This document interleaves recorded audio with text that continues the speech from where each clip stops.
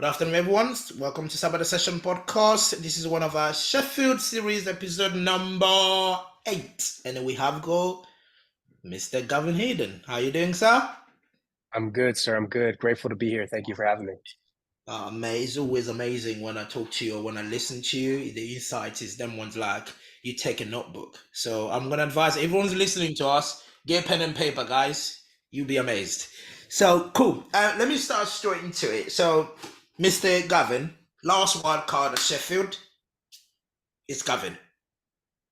And I get DMs. I did get DMs. People say, "Have you seen this? What the fuck is SBD doing? What's going on?" Especially like I'm an SBD athlete, so they think like us being an SBD athlete, we know all of the data. We don't, but people you just assume they know the information. So I know SBD explained to you the selections, how Gavin ended up in Sheffield in 2024. Can you help us through that? Yeah. So I can give my 2 cents. I can give you my best shot at what was going through their mind. Of course, I don't want to speak for them, so I just want to be clear. I'm not trying to put any words in anyone's mouth. But first and foremost, it was a very tight race, obviously, between Taylor and I, and that was something where, in their own words, it was a coin flip. And so I think they really could not have gone wrong with either choice. Of course, as confident as I am as an athlete in myself and my potential, of course, I am also confident in Taylor's potential as well, and what he has earned as an athlete and what his legacy, deserves. And I think that kind of speaks for itself. So, similar to SBD, I felt the same way. I felt like it could have been a coin flip. As an athlete, I can tell you internally how I felt was twofold. One side of me felt undeserving for sure because of the world situation, and placing, I don't even know, fifth or fourth, whatever it was, as a result of that overturned squat. And then the other part of me felt like, no, I do deserve this. This was a matter of when, not if, and I think that that's kind of like the innate athlete in me. And I think a lot of people might be able to relate to that. And so without diving too much into that stuff, I think in terms of the hardcore stuff, which people might be more interested in, I mean, let's just be completely transparent, completely real. I placed third at the world's first Sheffield, almost placed first, and undoubtedly would have placed second had I had gotten that third squat not overturned, right? Which was, of course, a very, I would say, controversial call, right? So despite barely missing out on an 895 kilo total for the day, massive world record across the board in squat and the total in the 93 class, the most competitive class. Some may argue we still placed third, right? So I think that right there is good enough reason to say we might consider this kid. The second thing is that I am arguably one of the greatest squatters in the 93 kilo class. And I am the only one as of right now, I think, who has the best chance at not just chipping that record, but crushing that record. And again, this isn't just my talk. I'm not the type to just kind of gloat or talk shit, or that's not me. Really, all I'm doing is basing off of fact. At last Sheffield, we didn't try and chip the world record. We went 5 kilos above it, I believe. It was 336 that we went for. That's exactly what we did. And we had gotten it, but then it was overturned. So again, if I had to give you some hardcore reasons, I would say those are the two primary ones. I am most likely to break a world record, which is what Sheffield is all about, not just the squat, but the total as well. And then, of course, B, the fact that I did place third at the Sheffield, at last Sheffield. So if we're looking at just purely performance based, I mean, I do think that I have a spot there. But of course, again, naturally, I do have that other side where I could totally understand an argument for picking an athlete who's not me. So I'm very grateful. I think, yeah, you're right. Everything you said is facts. We can't change these kind of things. There's one thing you can't change is facts. You know what I mean?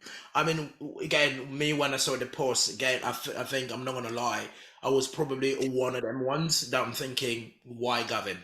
Do you know what I mean? I said, so it came fifth for World, and World was a place to qualify for Sheffield. So why would you pick someone that came fifth? And the reality is because that was the first instant in my head, the first thing that came to me.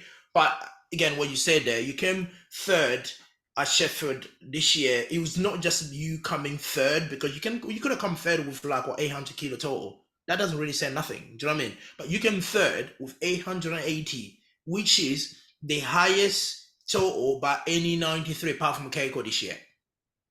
Do you know what I mean? Because that's, to me, as soon as that SPD said that to me, I was like, I mean, yeah, there's no brainer in this one. The man total 880.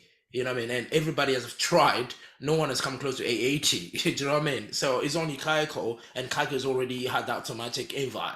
So it makes totally sense. So, for those who are listening, is Gavin total 880 at Sheffield, and of course there was Emil and Gustav. They were all below 880 in Malta. So Gavin, almost like Gavin got his invite at Sheffield from Sheffield.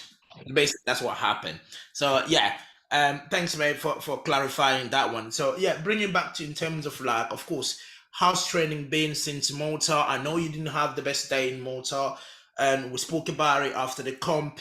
Of course, as an athlete, when you have a bad day, almost like you just ask yourself, come on, how am I going to lift myself up to go and train again? I've worked hard for 12 months for this. What the fuck's going on? So yeah, how's training's been since then? Training's been great. I think there's ebbs and flows. I think a lot of athletes, especially in our sport, are scared to talk about the truth, which is it's not always going to be good. It's not always going to be great. And I think we kind of go silent when things aren't going well, and we talk a lot when things are.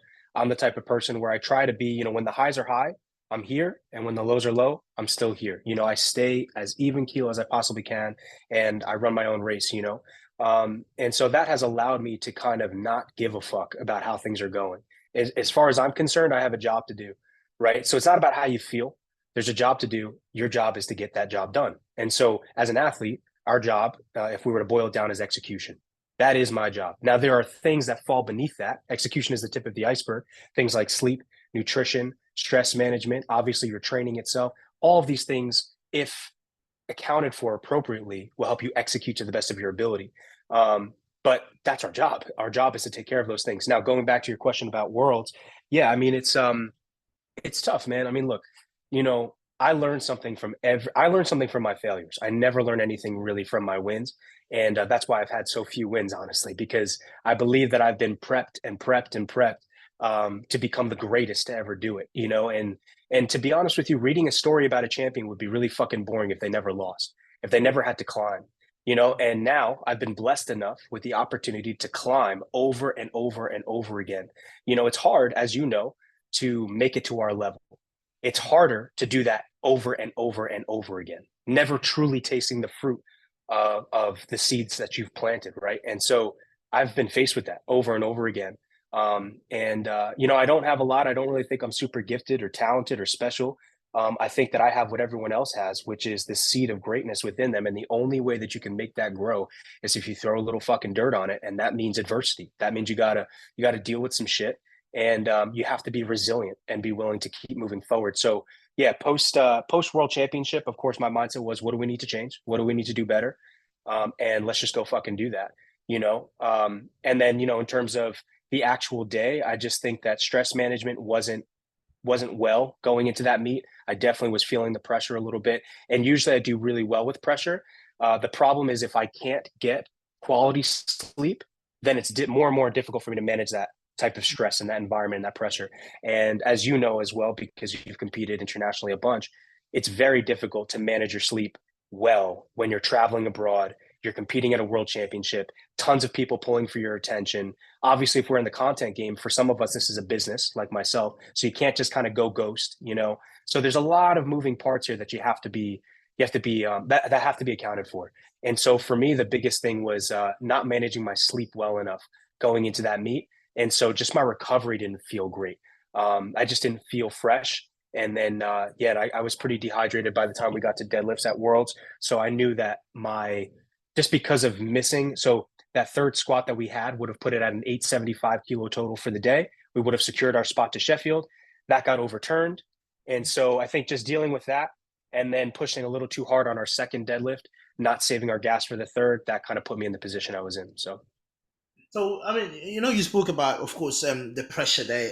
One of the things that I just want to pick your brain on it, especially with the young lifters that are listening to us, and of course, not even the young lifters, even me, of course, you can learn a two of thing from yourself. I mean, after Sheffield, right? You competed in one of the biggest meet in powerlifting, right? This period, and the day you had, of course, you got your world record overturned. I'm not going to touch too much into that because you've spoken about it tons of times. So, how did you prep your mindset leading to Malta now? Because you know you had pretty much the same judge that you had at Sheffield. It's the same bodies that you're going to be having in Malta, and I'm not gonna lie to you, as a fan that watched Sheffield, as someone that really like watching you lift, I was pissed, and I was.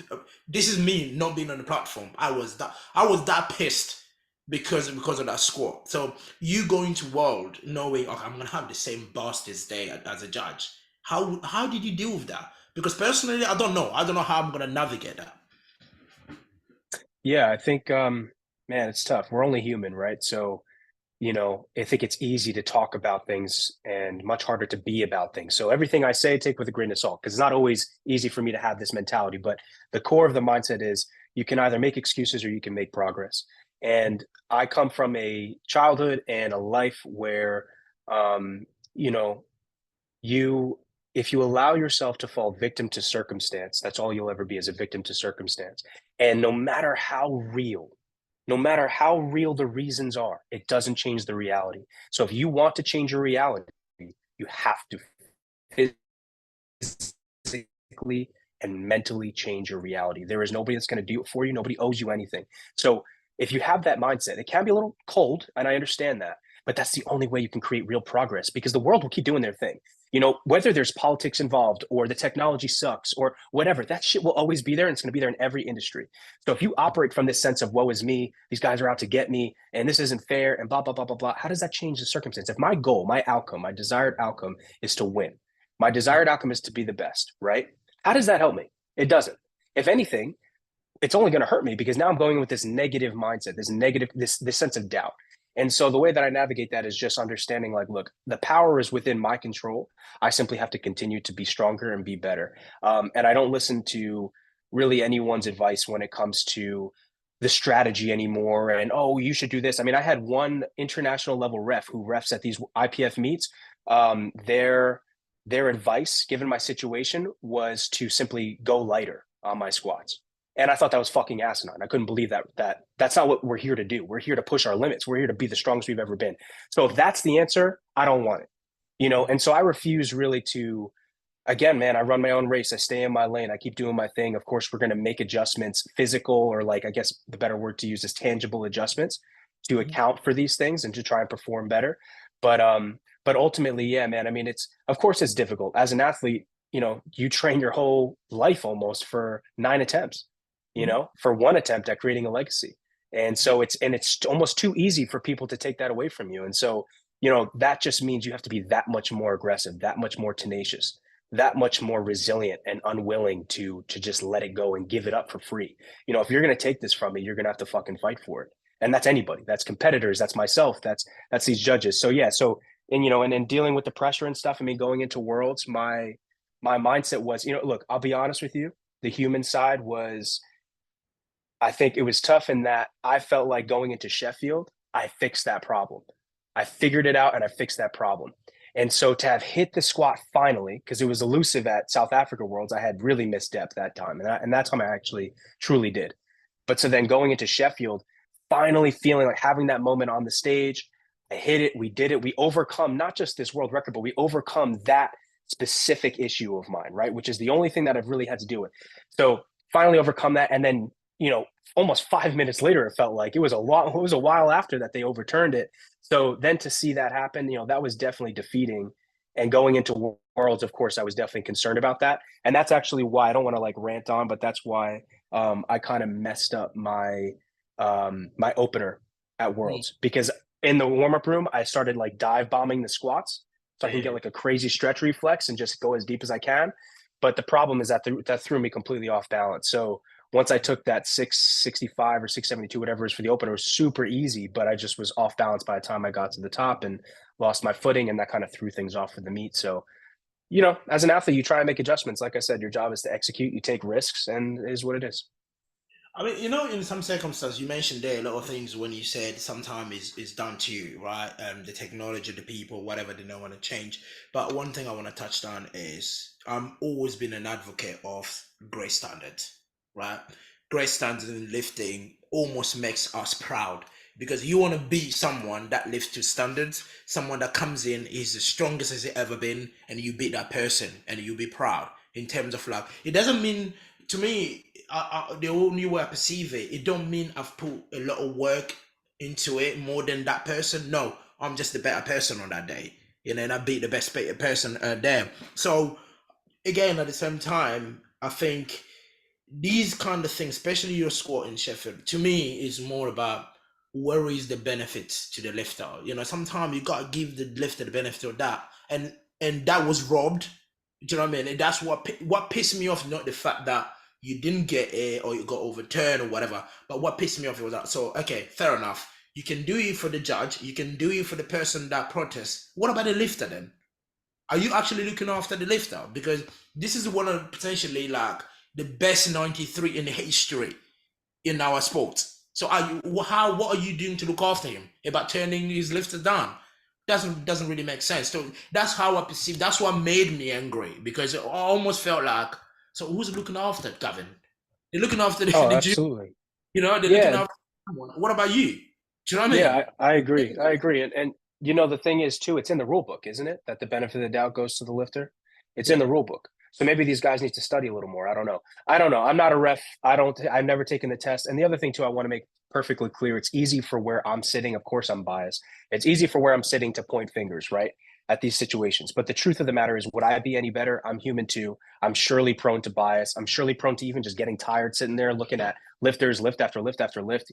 So I'm not saying I would be any better. I'm not saying that it's somebody in particular's fault, and it's not like that. But I do like to kind of let's like I said before, let's talk about what's real, and we can absolutely, I think, take a moment and realize like, okay, there was a situation here that didn't seem proper.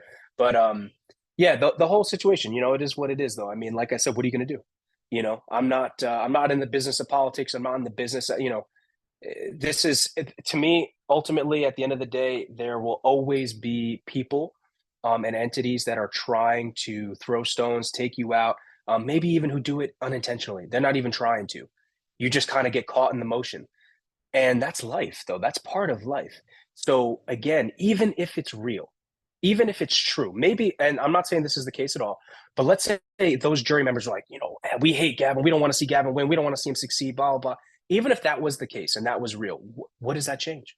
I still have I still have a championship to win. I still have an outcome that's desired that I have yet to achieve. So it doesn't change anything. Like you said, my job is to then just decide, okay, we have this excellence that we have to achieve. How do we achieve that? And how do we even go beyond that? That's my job, you know? And then, beyond that, dude, it's like, this doesn't sound really fucked up, but there's new world champions every single year. There's new world champions in every single class. I don't know almost any of them, to be honest with you. I don't even remember who won like 3 years ago in my own class. So it's not really the world championships that I think people will remember and that will be inspired by and will push people to become something greater. I think it's the story. Yeah. And if nothing else, what I'm going through as an athlete, that's the story that contributes to the story. And so I'm okay with it, man. I've embraced it. I also, I don't want to like harp on it too much, but you know, the I serve something way more powerful, way greater.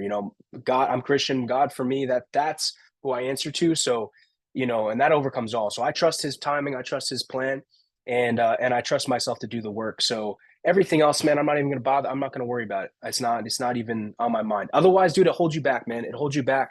Forgiveness is really not for the other person. It's for yourself. So I got nothing. No chains are going to hold me back from what I believe I'm capable of, and that's, I think, how you have to go about it. You'll lose your mind if you don't. One thing you said, I'm Christian myself too. So there's one thing, right?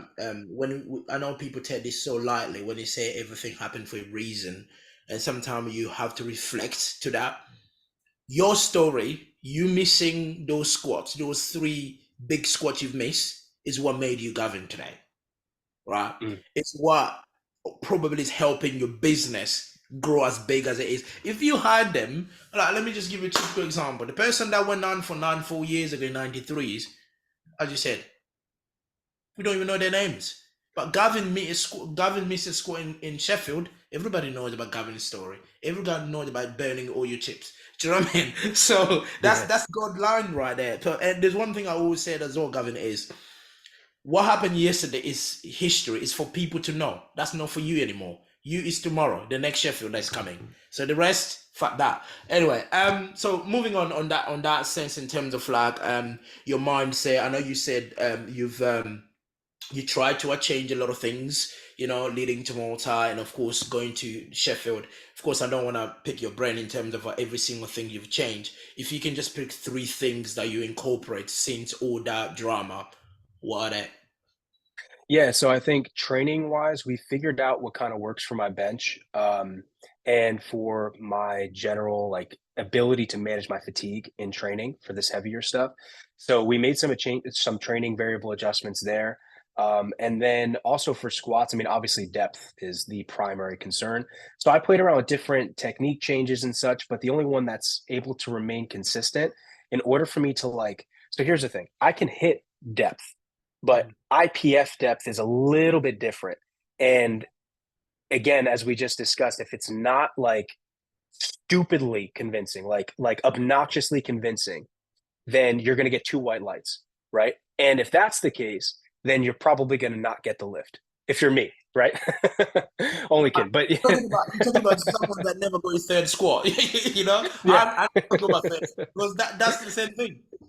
Yeah, we're in the same boat. So yeah, so for us, what we did was we've been playing around with different squat shoes, that to see how we can kind of just elicit the best results when it comes to our depth. And so I think we found right now, I don't even know what they're called, but they're like an Adidas, like an Addy Power shoe or whatever, but they're 3/4 inch heel. But just the way that the arch support is and the way everything is, it looks like it'll give us the best opportunity for the most convincing depth.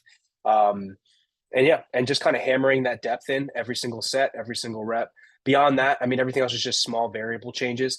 To be honest with you, though, I mean, everything else outside of that is very simple stuff, very small tweaks that any athlete would be doing, whether it be stuff to prioritize sleep, supplements wise, or, like I have like obstructive sleep apnea. So now I'm like trying to use like mouthpieces and CPAPs, all this bullshit. So little things that you can do to just better address your execution. Mhm. I mean, you're right. Things like changing the squat so it can make a massive difference. I mean, myself too. I'm keeping a secret now that I'm not even posting my training because I've changed a few things. Because it's just like, yeah, I need to get that depth on that third squat because I know if I get that third squat, my total will just be like, fucking hell, Jesus Christ, where this has been. Same thing as you. When Gavin gave his third squat, I don't think you're going to be beatable because I was just checking the data. The last time you got your third squat was in 20. The last time you got three squats, let's say, it was in 2021 nationals, and you were a junior and you total 880, right? And then now, when you think about it, 3 years, I mean, 2 years down the line, you're a stronger lifter. So if you go three squat, a Gavin with three squat, we're talking about 900 plus. I already did your numbers for Sheffield. I'm talking about 905, 910. So anyway, that's just me. We'll touch that later. But do you know what I mean? So that's the Gavin we're expecting here.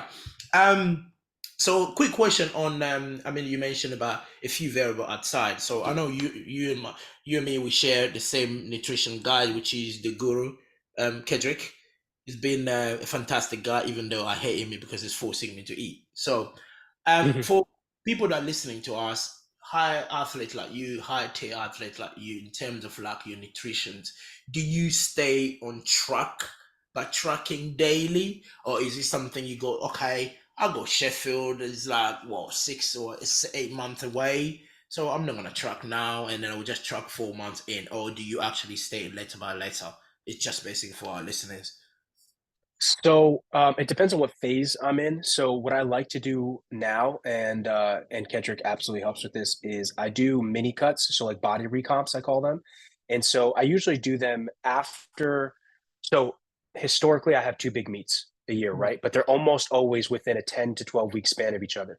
So after I'm done with that second meet, I have at least 5 or 6 months before I have to worry about prepping for next meet. So I'll use that opportunity to body recomp. So, so I did one of those. We cut like, I don't know, 10, 15 pounds or something like that. And at that time, I was tracking for sure. Measuring my weight every day, sometimes even twice a day. And then I was pretty strict on tracking, maybe 4 to 5 days a week. It's hard for me to hit that 7 because I fucking hate tracking. But as I eat back up, it's difficult for me to honestly maintain the habit of tracking. And I know a lot of people, like Kendrick has come close to dropping me, honestly, as an, and like, I'm not even joking. Like he hates the fact that I like, but the truth of the matter is for me, nutrition is just, there's not really much, especially, as a natural athlete, there's really not too much you can do, you know, you're in this weird position where it's like, you basically can adjust your macros, adjust stuff for your sleep, like water and stuff. And that's pretty much it. Yeah. So for me, beyond like managing my supplements properly and making sure that I'm getting in enough protein, I know based on just doing this for years how many carbs I should be taking in, how many fats, and my meals stay the same. So in terms of tracking, I do not currently track, but I should be. He would be pissed off if he found out that I would not, You that taught I'm me not already tracking. because I did ask him because when he asked me the spreadsheet every single week, I said, "Do you get this from Taylor and Gavin and the rest every week, or you just battering me because I'm a small name?" He was like, "Oh, believe me, you are very good compared to them. Believe me." I was like, Yeah. "Oh, at least I'm doing something better than them, instead of lifting." No, no, no, no. I'm fucking horrendous with tracking, and I barely stay on top of it. To be honest with you, the biggest thing though is like, again, if you have your meals stay the same, you kind of know what you're taking in, you Yeah, know? yeah, cool. Mo, I've seen you joining. You're right, mate. Mo,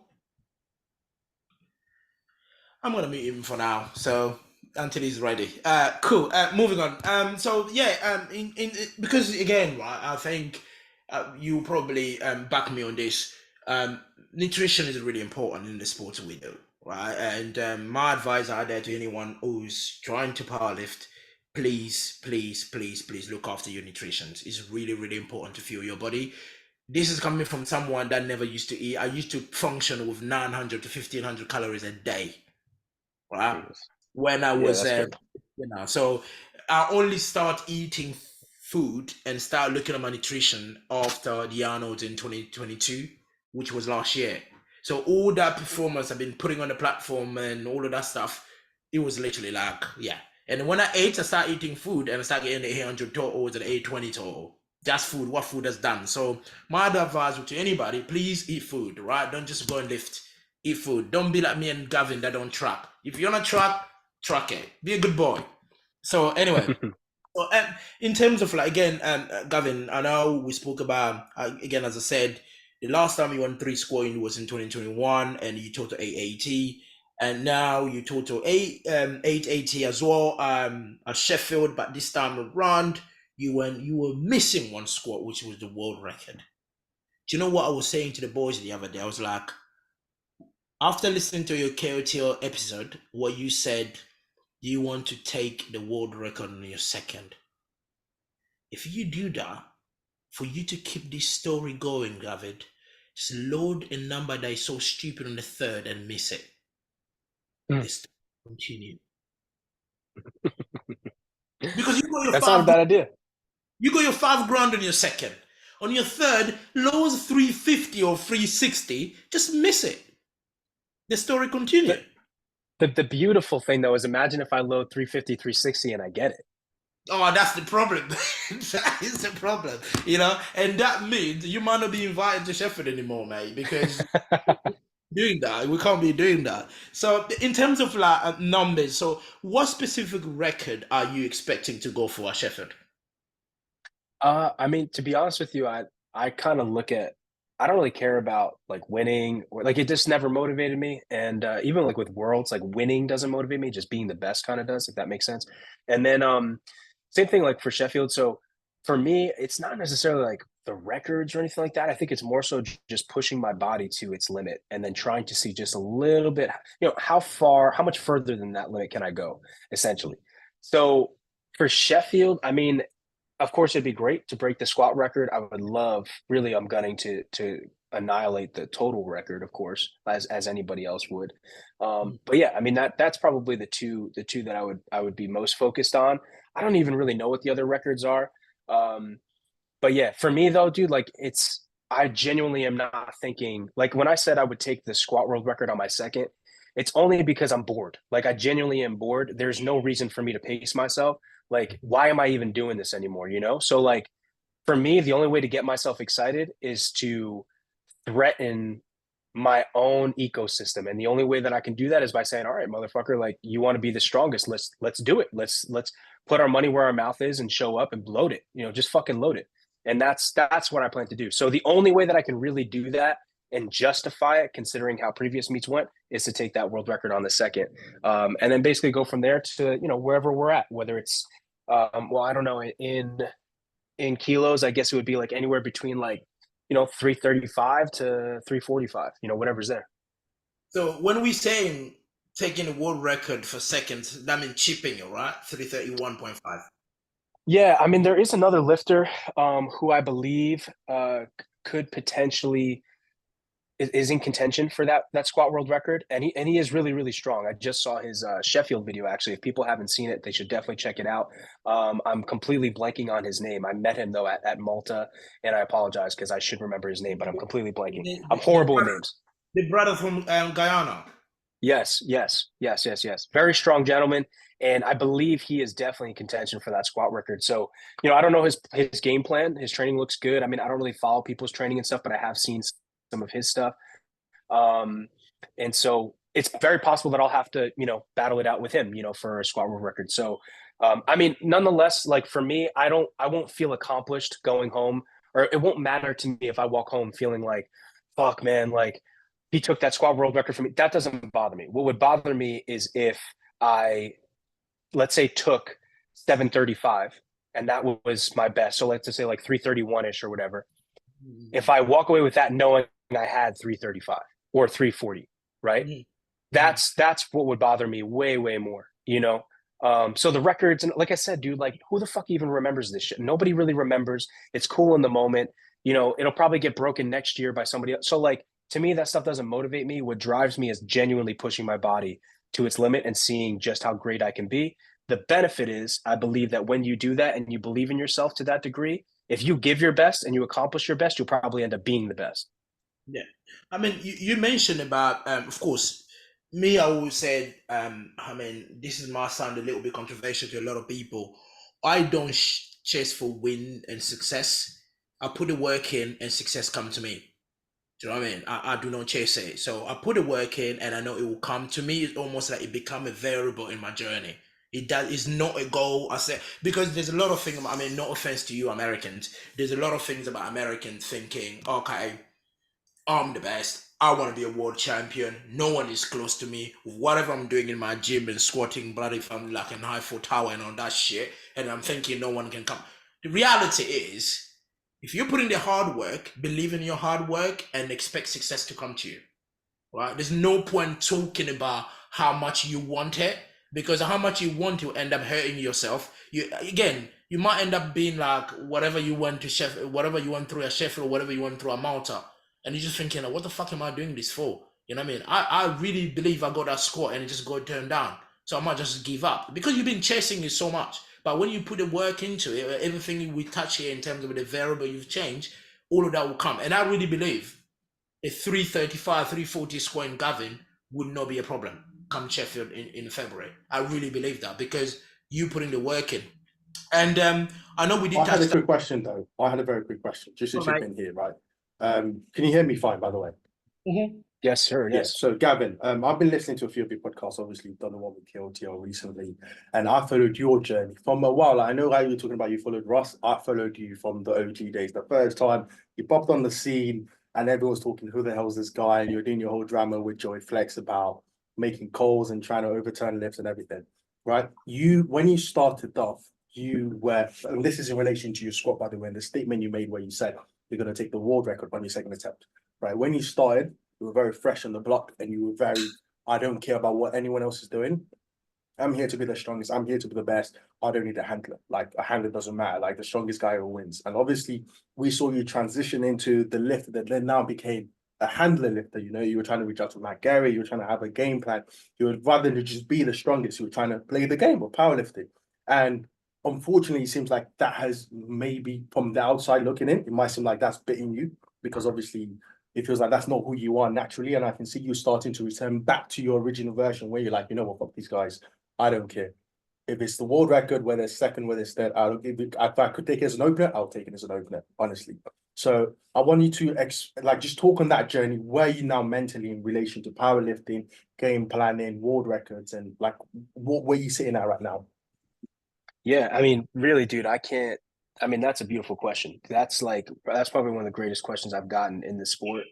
And I really appreciate you. First of all, I appreciate you, period. I appreciate you taking the time to follow along my journey and all that stuff. I mean, that means a lot to me. So thank you. But then to answer your question, yeah, man, I completely agree with you. I think it's hard because there's a bell curve. And like in any industry, you start off, you don't know fucking anything, right? You start to go, you start to go, you start to go. Now there's this bell curve where now, oh my God, there's so much shit. I got to figure this out. Oh my God, every little fucking thing matters, blah, blah.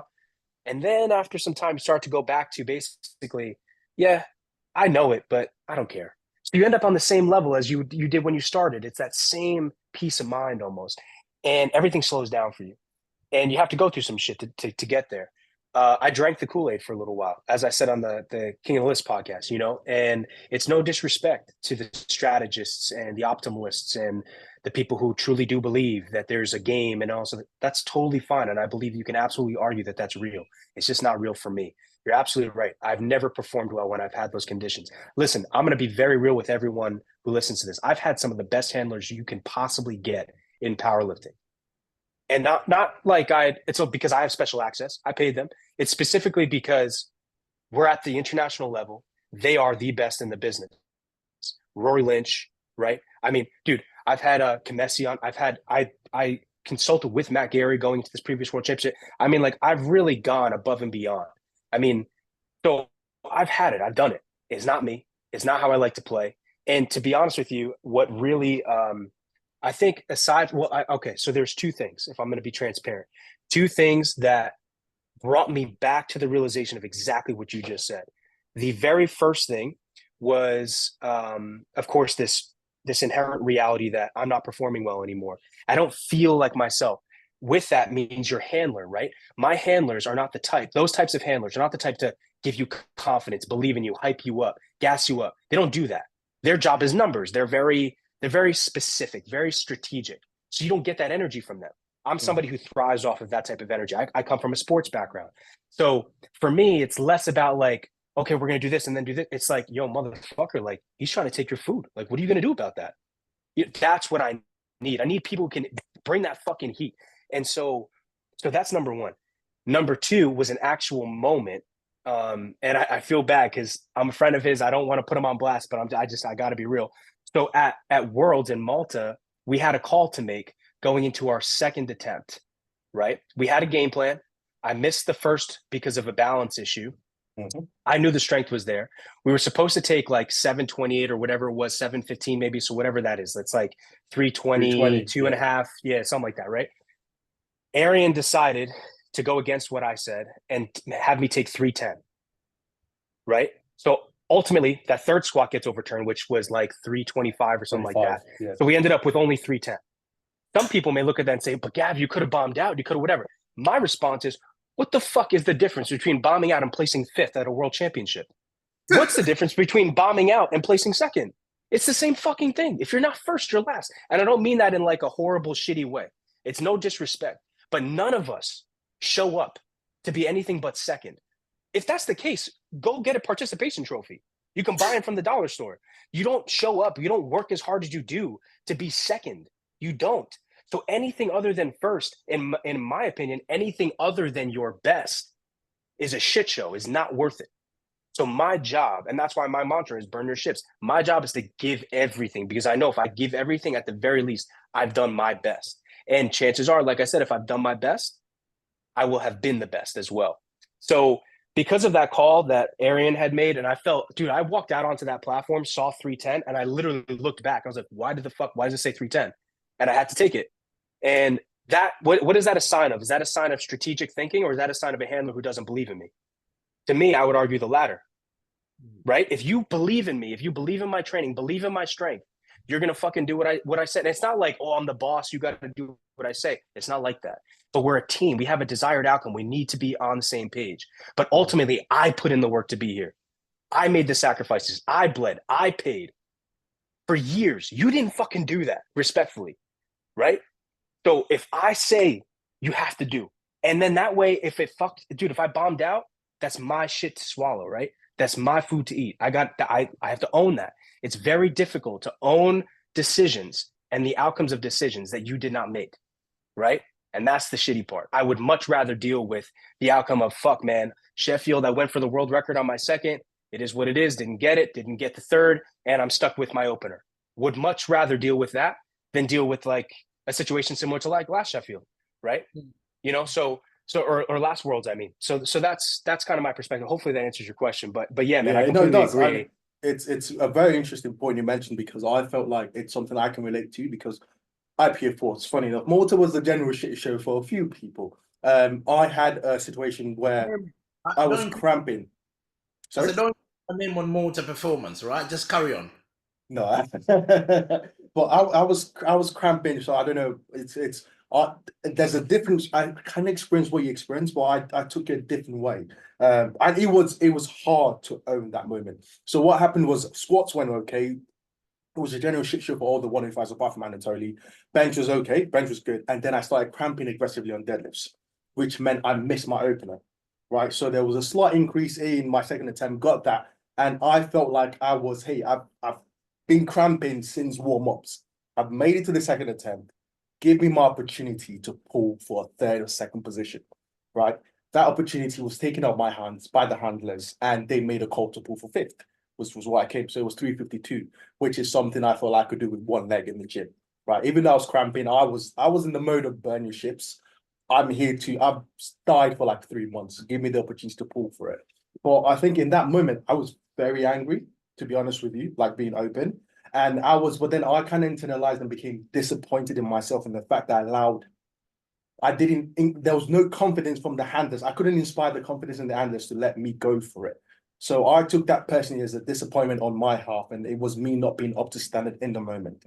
Now, my situation was I was cramping. Your situation was a misstep. Slightly different. One, you could argue that it looked like I was dying, so there was no point letting me go pull for a second or third position.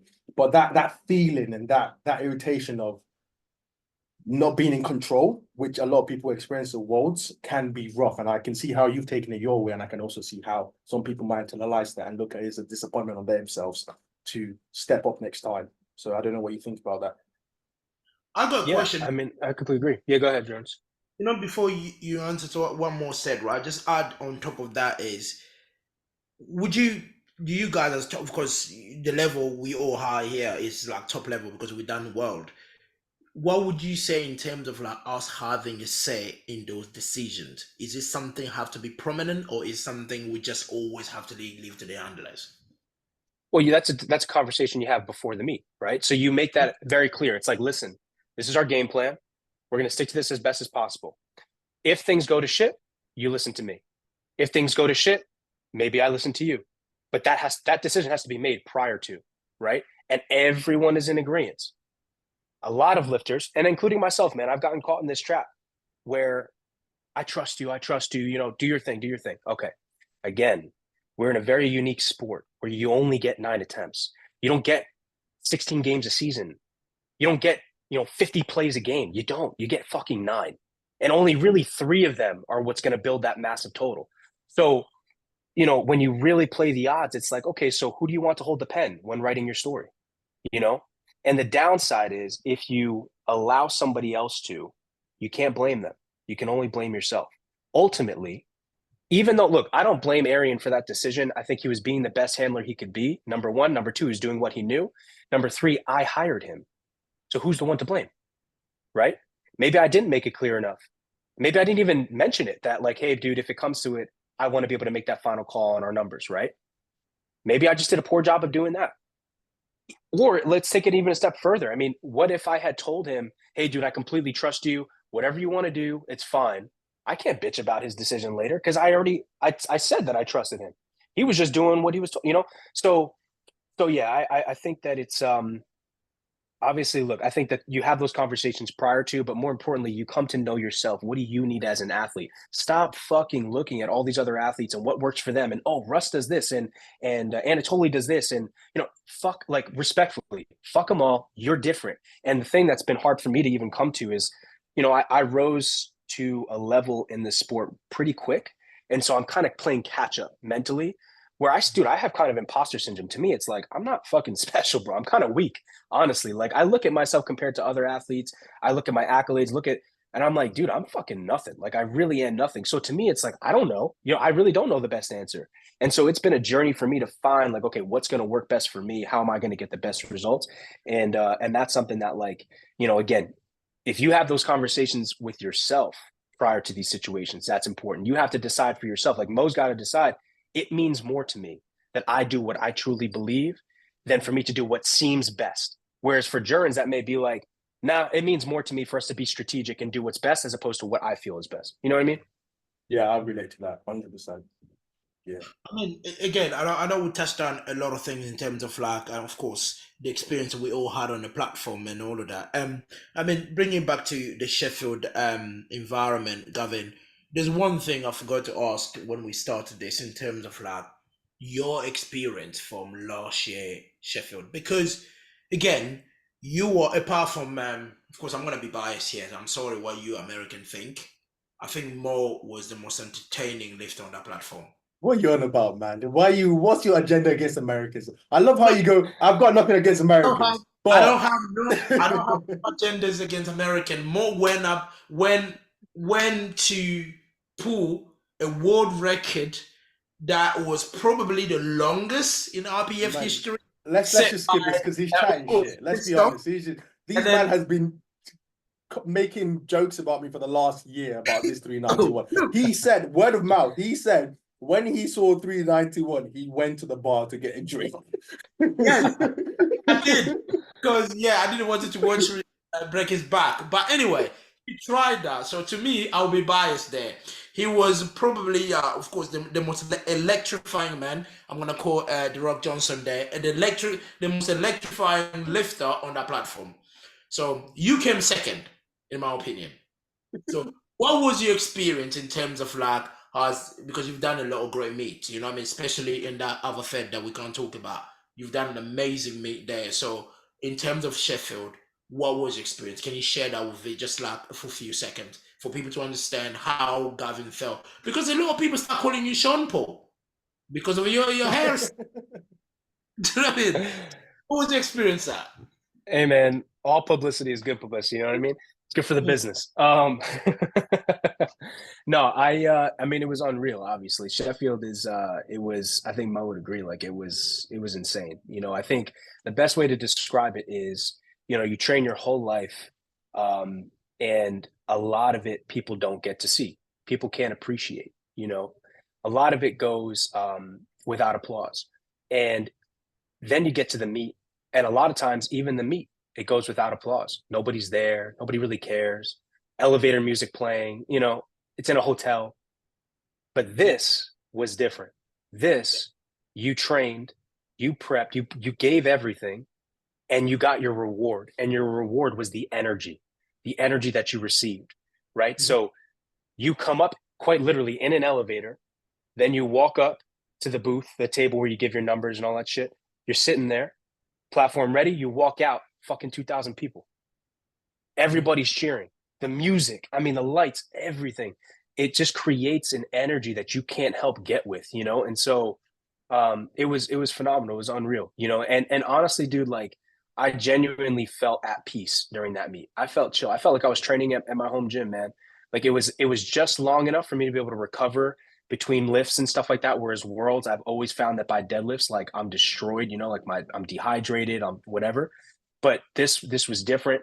The way they organized everything in the warm-up area, they had assigned lifters on platforms and stuff. I thought that was genius. More than enough spotters and loaders who were all very kind, very courteous. Like the whole experience was incredible. So I really have nothing to like gripe about when it comes to the meet and stuff, So for me, it was just a phenomenal. They basically they gave you a layup, bro. They gave you an alley. Like you had no choice but to be great. honestly. You know, like you really did. They made it so easy for you to enjoy it and be great. I mean, leading that, there's another question I need to ask you. I've got one question then, because we're on the Sheffield Oh, day, right? One God. simple question, Gavin. How's the Yeah. bench feeling? Because I'm running the Bench is numbers. strong. There's one number that just keeps on going. How's the bench feeling? Because if the bench lands in the right place, from what I've heard on the squat, hey, whether it's the jury, you're gonna bury that squat. If it's 2, 3 times the jury want you to bury it to the squat, you bury it. And eventually one of those 3 times you must get it at some point, right? So how's the bench feeling? If the bench is feeling great, that total looks insane right now. So I don't know if Julius has asked about your goals, what your targets are. I don't know if you want to share that, because obviously you're in a very tight class. But you just said the bench is great, and I'm very happy to hear that, because the 93s, that it looks insane right now. The numbers I'm doing on the calculators right now just looks insane. It's ridiculous. Yeah, bench is strong. I mean, as of right now, like I said, we kind of found what works for my bench. I'm still kind of honestly like floating around that 475 to 490 range. So really this next block will kind of tell us where we'll be, Okay. and whether or not we'll be in a position to PR and all that stuff. Again, whatever I hit in training, even though I believe I do train to standard, I always take into account that platform experience. And it's not just the pause, right? It's like before you get that start command, it feels like eternity before you get that start command, you know, when you've got a third attempt in your hands. So that's something a lot of people don't talk about. And that for me is a very real feeling. So I try to train to that standard. But yeah, man, I mean, of course, God willing, I'll be able to PR on the platform. That'd be a phenomenal experience. But bench for me is always kind of like, all right, this is what's going to help us cruise into our pulls. And we just need to maintain a particular number. So that way, or a particular range rather, that way we're in position to PR on the total or whatever it is. Usually, like historically, I don't like to hit my best numbers in training on the platform. I usually try to, if I can, just genuinely see what's there. Like, what can I squeeze out of myself today? And usually, if I do that, sometimes I'm above, sometimes I'm below, you know. But yeah, I mean, dude, by the grace of God, we'll be able to PR. I haven't PR'd my bench, I don't think. I think It's been a hitting long the time. 220, yeah, dude, hitting the 220 at Malta was the first time I had hit it since 2021. So that was a great Yeah. sign. But I've definitely put on more muscle since then and all that. So I think it's just going to be a matter of finding how we can actualize the strength that we've got. Okay. I mean, again, what more said, like, let's touch that on in terms of your goals. I'm not talking about the squats anymore. We already know, Gavin, you're gonna hit the world record on the second, and you're gonna load 345 and miss it, so the story continue. We know No that. problem. So in terms of like the total, I know I said it's already in the podcast before Mo joined in. In my head, I'm thinking 905, 910. Right, for Gavin. If Gavin go 9 for 9, it's 905, 910. Simple. Do you know what I mean? I don't care what anyone think. That's what I'm thinking. So what's Gavin plans are? More than that or less? I don't really know what it is in kilos. I'm gonna be honest with you, but I would. So I really, dude, I'm an open book. I don't really care about, you know, like hiding stuff or whatever. I think ultimately, especially for us as lifters, we're in a unique sport where if you can't do it, you can't do it. And if you Yeah. can, you can. There's really nothing like he or Yeah. she is going to be able to do to stop me from doing it and vice versa, right? So it's like, you know, to me it's just, I mean, what the fuck is the difference? So, yeah, I mean, ideally, like I think a great day, you know, we'll be floating between that 740 to 750 range on squats. We'll be floating between that 475 to 500 range on bench, and we'll be floating between that 745 to 771 range on deadlifts, you know. So anywhere really, like how, depending on how everything shapes up, I think super ultra top end. Like I know I've pulled 755 conventional in the gym, and it flew. And so I think we'll honestly be in a position where if I feel how I felt last Sheffield because of that amount of time I had between squats and deadlifts, if I feel as recovered and like chill by that time, I think we'll really be in a clean position to pull something pretty cool, something pretty big, like maybe like a seven, anywhere between 755 to 771. I'd be happy, honestly. For me, the biggest thing is just I want to keep that trail of anywhere between 2.5 to 5.5 kilos above my squat, whatever I hit for that squat. It's a man. In kilos, what's the total there? 915? Bro, honestly, yeah, it's nuts. So I think well, let's look at the bottom end. I think based off the numbers I'm looking, my bottom end for you, Gavin, my bottom end for you is 894, which is a 331.5 squat, less than the jury decides to fuck you over for no reason as usual. don't like you. 220 bench and a 342.5 deadlift. That's the minimum, considering a 7, 8 for 9 day, right? So anything above that, I think you and Gavin will genuinely push into the 900, and I think it's long overdue. And I think you'll be very, very excited to see how far you guys can push into the 900s. But the number's insane, man. Gavin's top end is looking like maybe 910, 912.5. You know, if he gets that 340 squat, that 225 bench, and that 350 deadlift, it will be a massive total. Move up to 105s, man. What the hell? I mean, talking about moving up, that's a good segue there, Gavin. Have you ever considered cutting down to 83? Just imagine, right? Me going to World, I'm getting Also, you're looking slimmer. You're looking a lot slimmer. us in the same weight class. I kid you not, guys. Even if I don't beat you, I don't care whoever will say anything. I'm still the best. I'm competing against. I don't care. You know what I mean? So yeah, have you ever thought about moving down? Yeah, absolutely. 100%. I mean, to me, and I know a lot of people are going to take offenses, but I don't mean it in a disrespectful way. For me, my love is not for powerlifting. My love is for being the strongest and for being the best at what I do. That's my love. My love is training, pushing my body. So powerlifting just happened to be the vehicle that I chose to be great. Like, that's just it, right? So to me, what defines that is being the best, being the strongest, and then consistently seeking out challenges that are above what you've already accomplished, right? And I do think that, look, I'm 5'5" on a good day. You know, I got some good fat on me. So like, I think my frame fits an 83 very well. I just happen to carry a lot of muscle mass. So I'm heavy. So I hit 93, but I could also be an 83 if I were lean, you know? So I definitely do think that in good faith, honestly, I couldn't. And I basically just touched on it in the KOTL podcast, so it's not really like brand new news or anything like that. But in good faith, I don't think I can leave the 93s until I feel like I'm allowed to leave the 93s. It's not really about beating anyone in particular, chasing anything. It's just I can't leave the 93s until I feel like I've accomplished what would satisfy, I guess, my sense of, okay, I pushed my body as hard as I could in this class for now. Now it's time. I can allow myself to go down to 83 and compete in that class. And of course, you know, naturally to me, I mean, to be a 2-weight class champion in arguably some of the biggest depth and the most competitive classes in the IPF on the male side, I mean, you know, I feel like that's a great feat. So yeah, so I definitely 100% would consider it. Otherwise, to me, again, dude, like, what else is there to do, you know? Sure. I mean, definitely you're right there. So get your 915 at Sheffield in February and come to World as an 83. That would be amazing. Do you know what I mean? So that would be pretty crazy, yeah. nothing can be 915 at Sheffield and come to 183. In terms of I've got a quick question though. Because do you listen to because I want to delve into this, because obviously two questions, a two-part question. Number one is, you said you don't necessarily love powerlifting, but you feel like it's a vehicle for you to push yourself to the max and be competitive.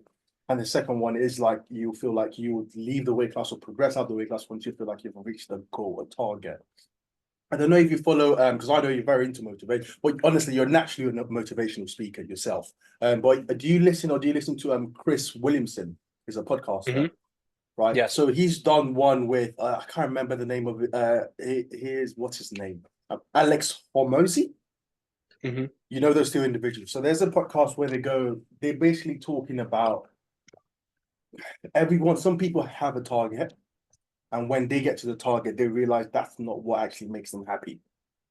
That was just it. And he was just kind of, you're basically insinuating that it's kind of the death of a lot of people, because they spend a lot of time chasing this one thing, and when they get it, they actually realize this is not what makes me happy, and they kind of almost fall into like people on the Olympics describe it's like you get your gold medal and you get depressed because you've been chasing for 10, 16 years, and you finally get it and you realize I'm still the same person.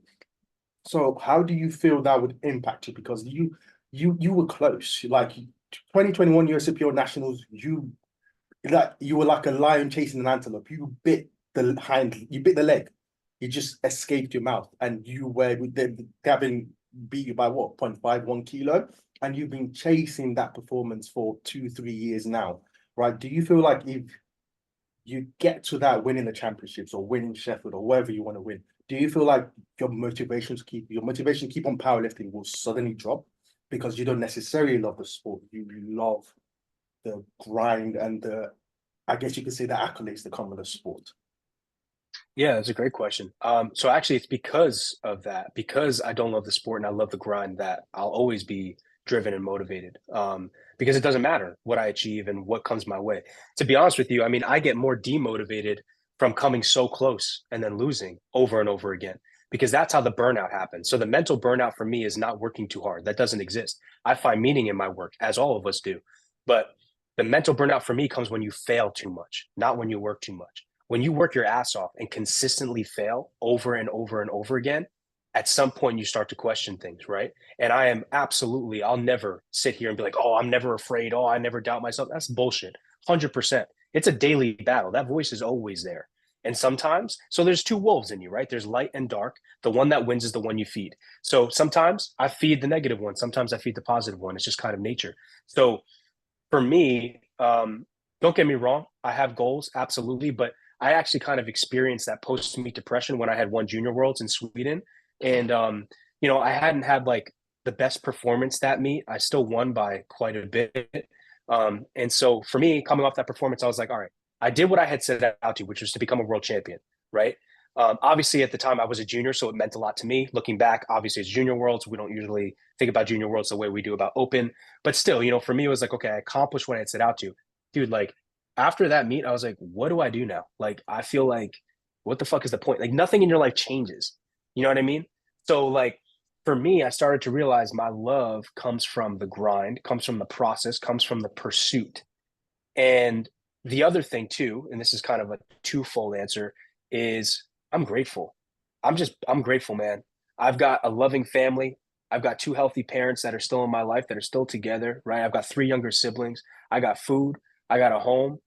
So for me, what the fuck I gotta be like it's a privilege for me to even show up to the gym and train my ass off. One of my friends, Danny Stachulek, he doesn't compete in the IPF, but dude, if anybody like lives and breathes powerlifting, it's this kid, right?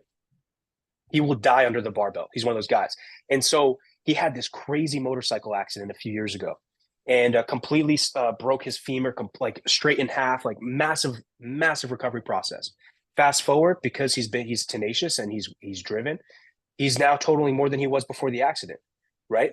And so I think that's the difference, right? It's like you can decide, you can choose what takes you out, what's going to propel you forward. If it comes from within, there's nothing on the external that can fuck with you.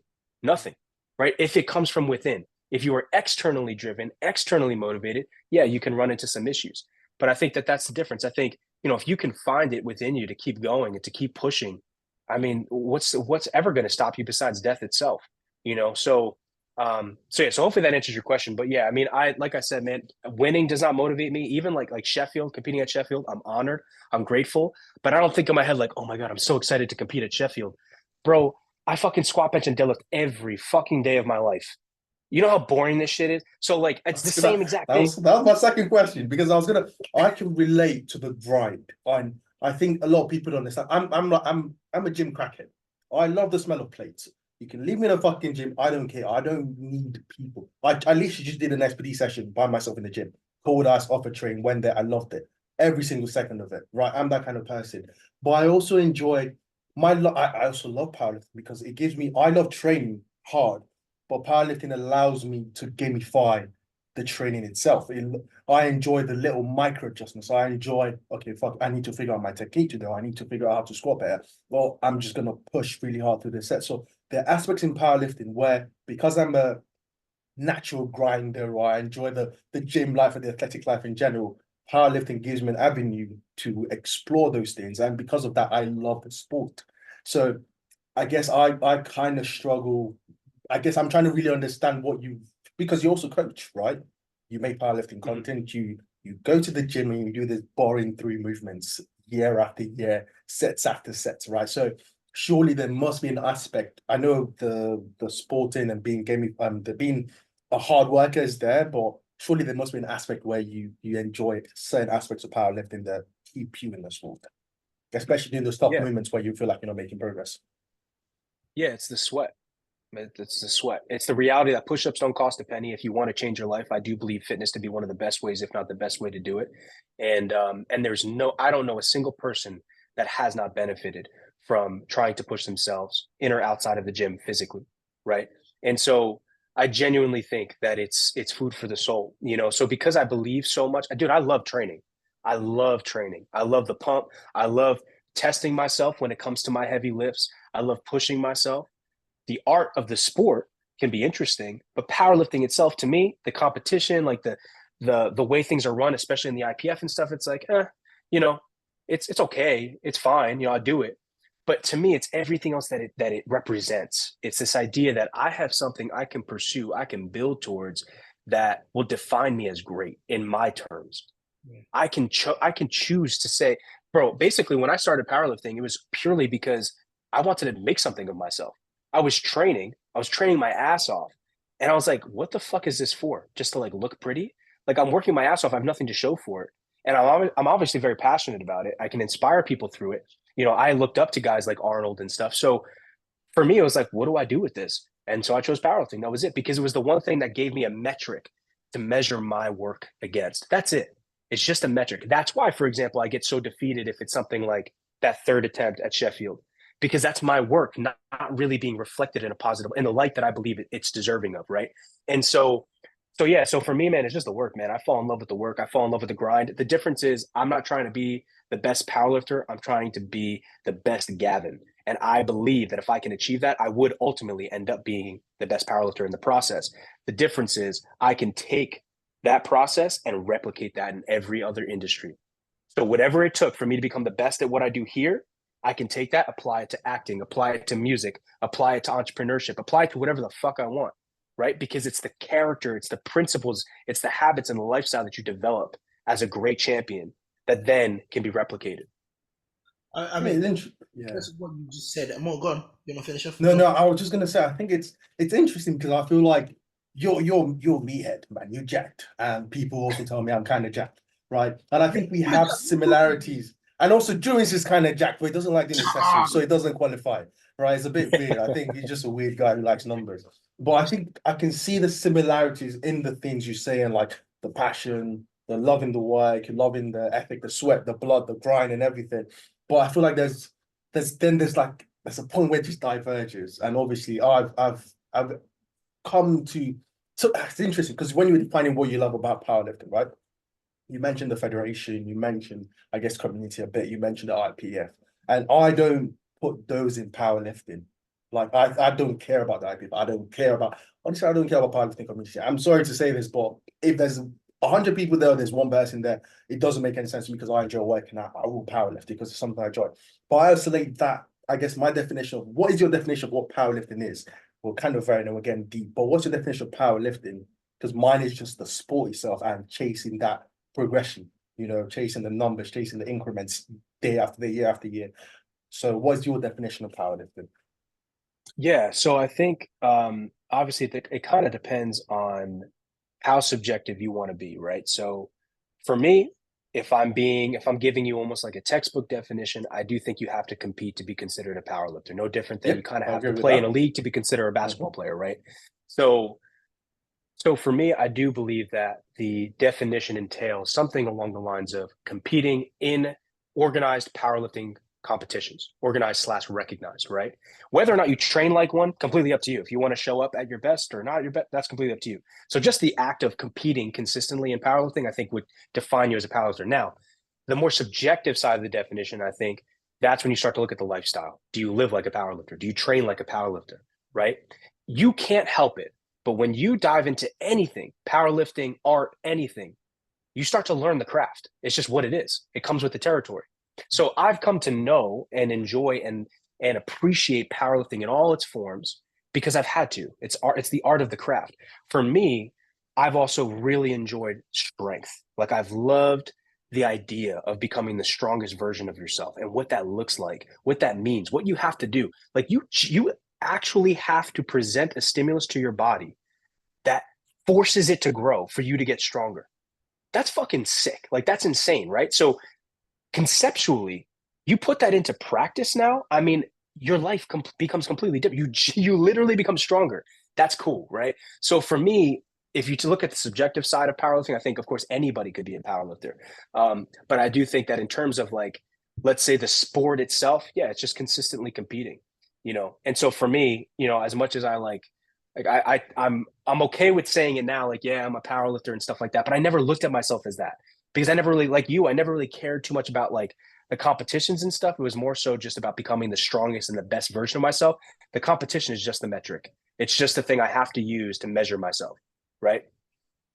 This what you just touched there, like it's so, to me personally, like I get this a lot from people, is especially athletes like us. When we talk about the competition, using the competition as a matrix, not something that we really care much about it. People think we're taking the piss. People think we are arrogant. The reality is, like, personally, me, I did the European Championship. If you ask me, that European Championship I did in like a few weeks ago, that was my best performance ever. I know people will come and say otherwise in terms of like me hitting 820.5 at the British. People will relate that being my best performance ever, but that's not it. It's come with variable in that performance. Things that in that performance that are liked and I went for and I hit, even though the circumstances where they are. So to me, like, I look at that total, it was only 812, but I look at that 812. I'm more proud of that 812 than anything I've ever done in my life. Do you know what I mean? So this is what makes us a difference between us and the people that view just powerlifting for this grander sport. Because I don't do powerlifting because I want to do it. No, I got other better things to do in life. I'm successful in the other side. So do you know what I mean? I don't need to be a powerlifter. Do you know what I mean? So I kind of understand where you two are coming from in terms of the sport, in terms of like using powerlifting as a matrix just to see how strong you are, to see what, personally, I normally use powerlifting to see what my body's capable of in terms of strength. Do you know what I mean? So I know you both touch a lot about strength, a lot about bodybuilding, all of that stuff. Me is all about, okay, if I can hit here, I look at people like you, Gavin, I look at people like Russ, and everybody else, what they're doing. I'm thinking, I'm human too. If these guys are hitting these numbers, that means I can be able to hit these numbers as well. So the only way I can test myself is to go up against them to see if I can do it.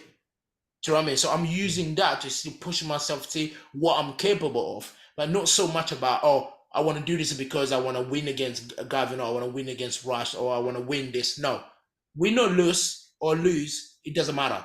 As long as I can compete against those people, that means I'm telling myself my body's capable to do what these guys are doing. So that's how I view it as. So yeah, moving on from that, guys, I'm just gonna bring us again into Sheffield. Gavin, I know Sheffield is all about the numbers here, right? It's not about. I know you mentioned you want to be the best, but in Sheffield, if being the best is 800 total for you to win Sheffield, that's it. That's all right. Do you know what I mean? So my question to you is, what numbers do you think your competitors are bringing to Sheffield? Because 93, again, the 93 is the most competitive weight class in IPF, in real powerlifting federation. I'm not talking about those other federation. I'm talking about in the true powerlifting federation. It's the most competitive weight class in the world. What numbers do you think? Of course, Kaiko, Gustav, and there is our brothers from Guyana is coming Carlos. in. Carlos. So what number do you think these guys are coming with? Man, I mean, I don't know. I feel like to be completely honest with you, and again, I don't mean this in like a disrespectful way. I really don't pay attention to what they do. This is an individual sport, not just as in you're the only one who competes on the platform, but you're the only one who can beat yourself. So again, if you do your absolute best, if let's say my absolute strongest still does not numbers wise stack up against the other lifters, it is what it is. It's not like I could have squeezed out more. I did my best. So it's a little bit different than a ball game. So like, again, for me, I don't really pay attention to their stuff. I can only kind of just thinking about like what the totals were at previous worlds. I mean, I'm sure like Jonathan's probably going to pull up with 895 or 900 or something like that. And I don't know for sure, but I'm almost positive he's hit like 890 something in the past a while ago at like a local meet or something like that. So it's not like he There was a can't. legendary bunker total he hit, which was Was it 892.5? It was 892.5 at the local meet, but I think there was the time in the bunker where I don't know if he scored like 310 or 315. He benched like 240, 245, and like they did some. So that was like during COVID times. But he's never actually put that performance on the platform. So his best as of now is still 892.5. Yeah. So, I mean, there's no reason to believe that he wouldn't be capable of that and more. Again, I think Carlos is definitely in contention for the squat world record, if nothing else. I mean, I don't know what the rest of his numbers look like, but I think he did ultimately end up placing like third, I think even at IPF World. So I mean, that right there should tell you that these guys are all within that 870 plus mark minimum, you know? So there's not much breathing room, I would say, if anything. If I'm being completely honest, though, I do believe that every 93, the floor should be 900, not 870. You know, all of us need to be stronger. And I just don't think that there's just doing it, like just lifting these weights.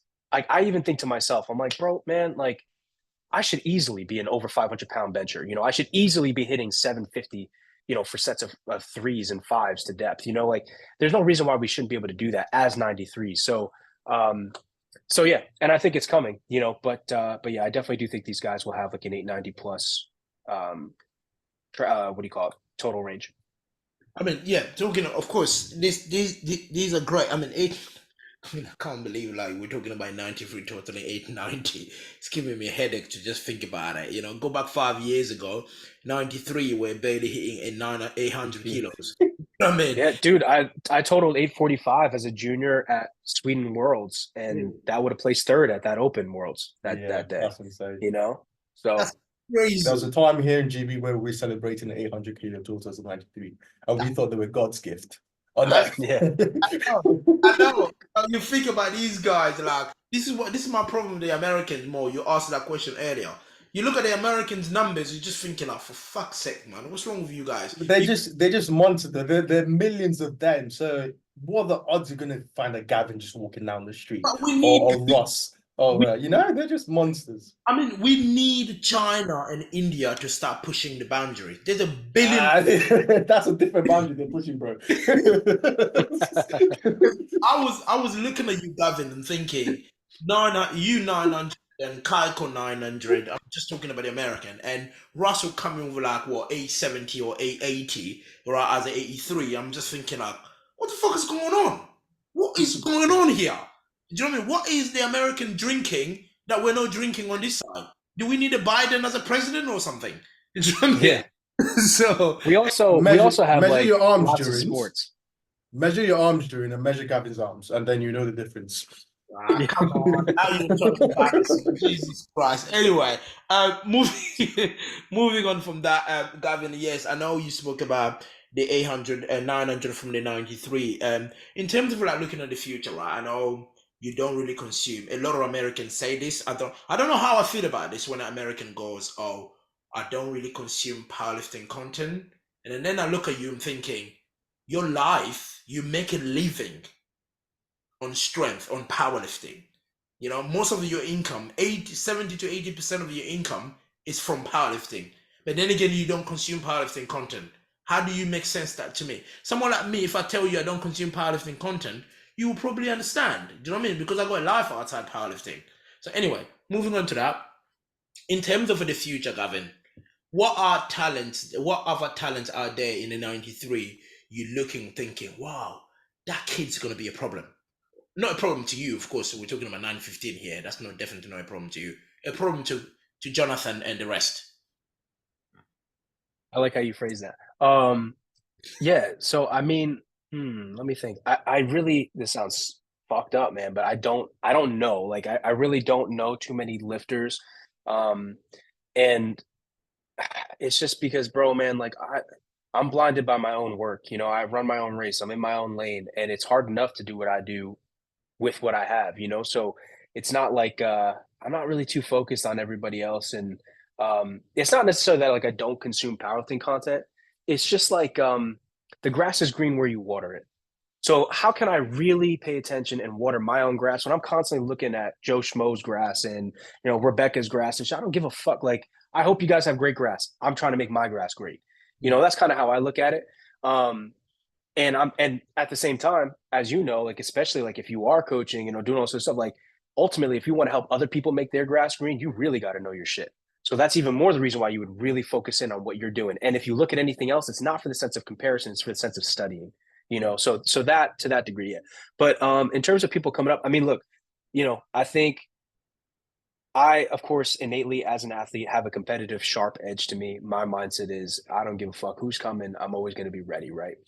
But then again, I have to look at myself, and you know, some people take this personally for some reason, but I'm not like talking about anybody when I say this. You know, if I'm just being real, same thing how I started off this podcast. You know, the reality is, as a junior, you know, I lost by a pound, you know, to a two-time world champion 93 kilo lifter who's reigning currently, right? Who currently has a world record in the 93 class, lost by a pound as a junior. So to say that, you know, other people don't have a chance, no, not at all. I would never be brash enough to say, like, that's no. 100% I believe that any given day anybody can come up. Here's the thing, I also believe that every single one of us has greatness within us. Part of the reason why I do what I do is to prove to you that you have that. But what kind of asshole leader would I be if I looked at you, Mo, and I said, bro, you can mop Anatoly, you can total 1,000, I know you can total 1,000, I know you can win, you can do the unbeatable, right? The unthinkable.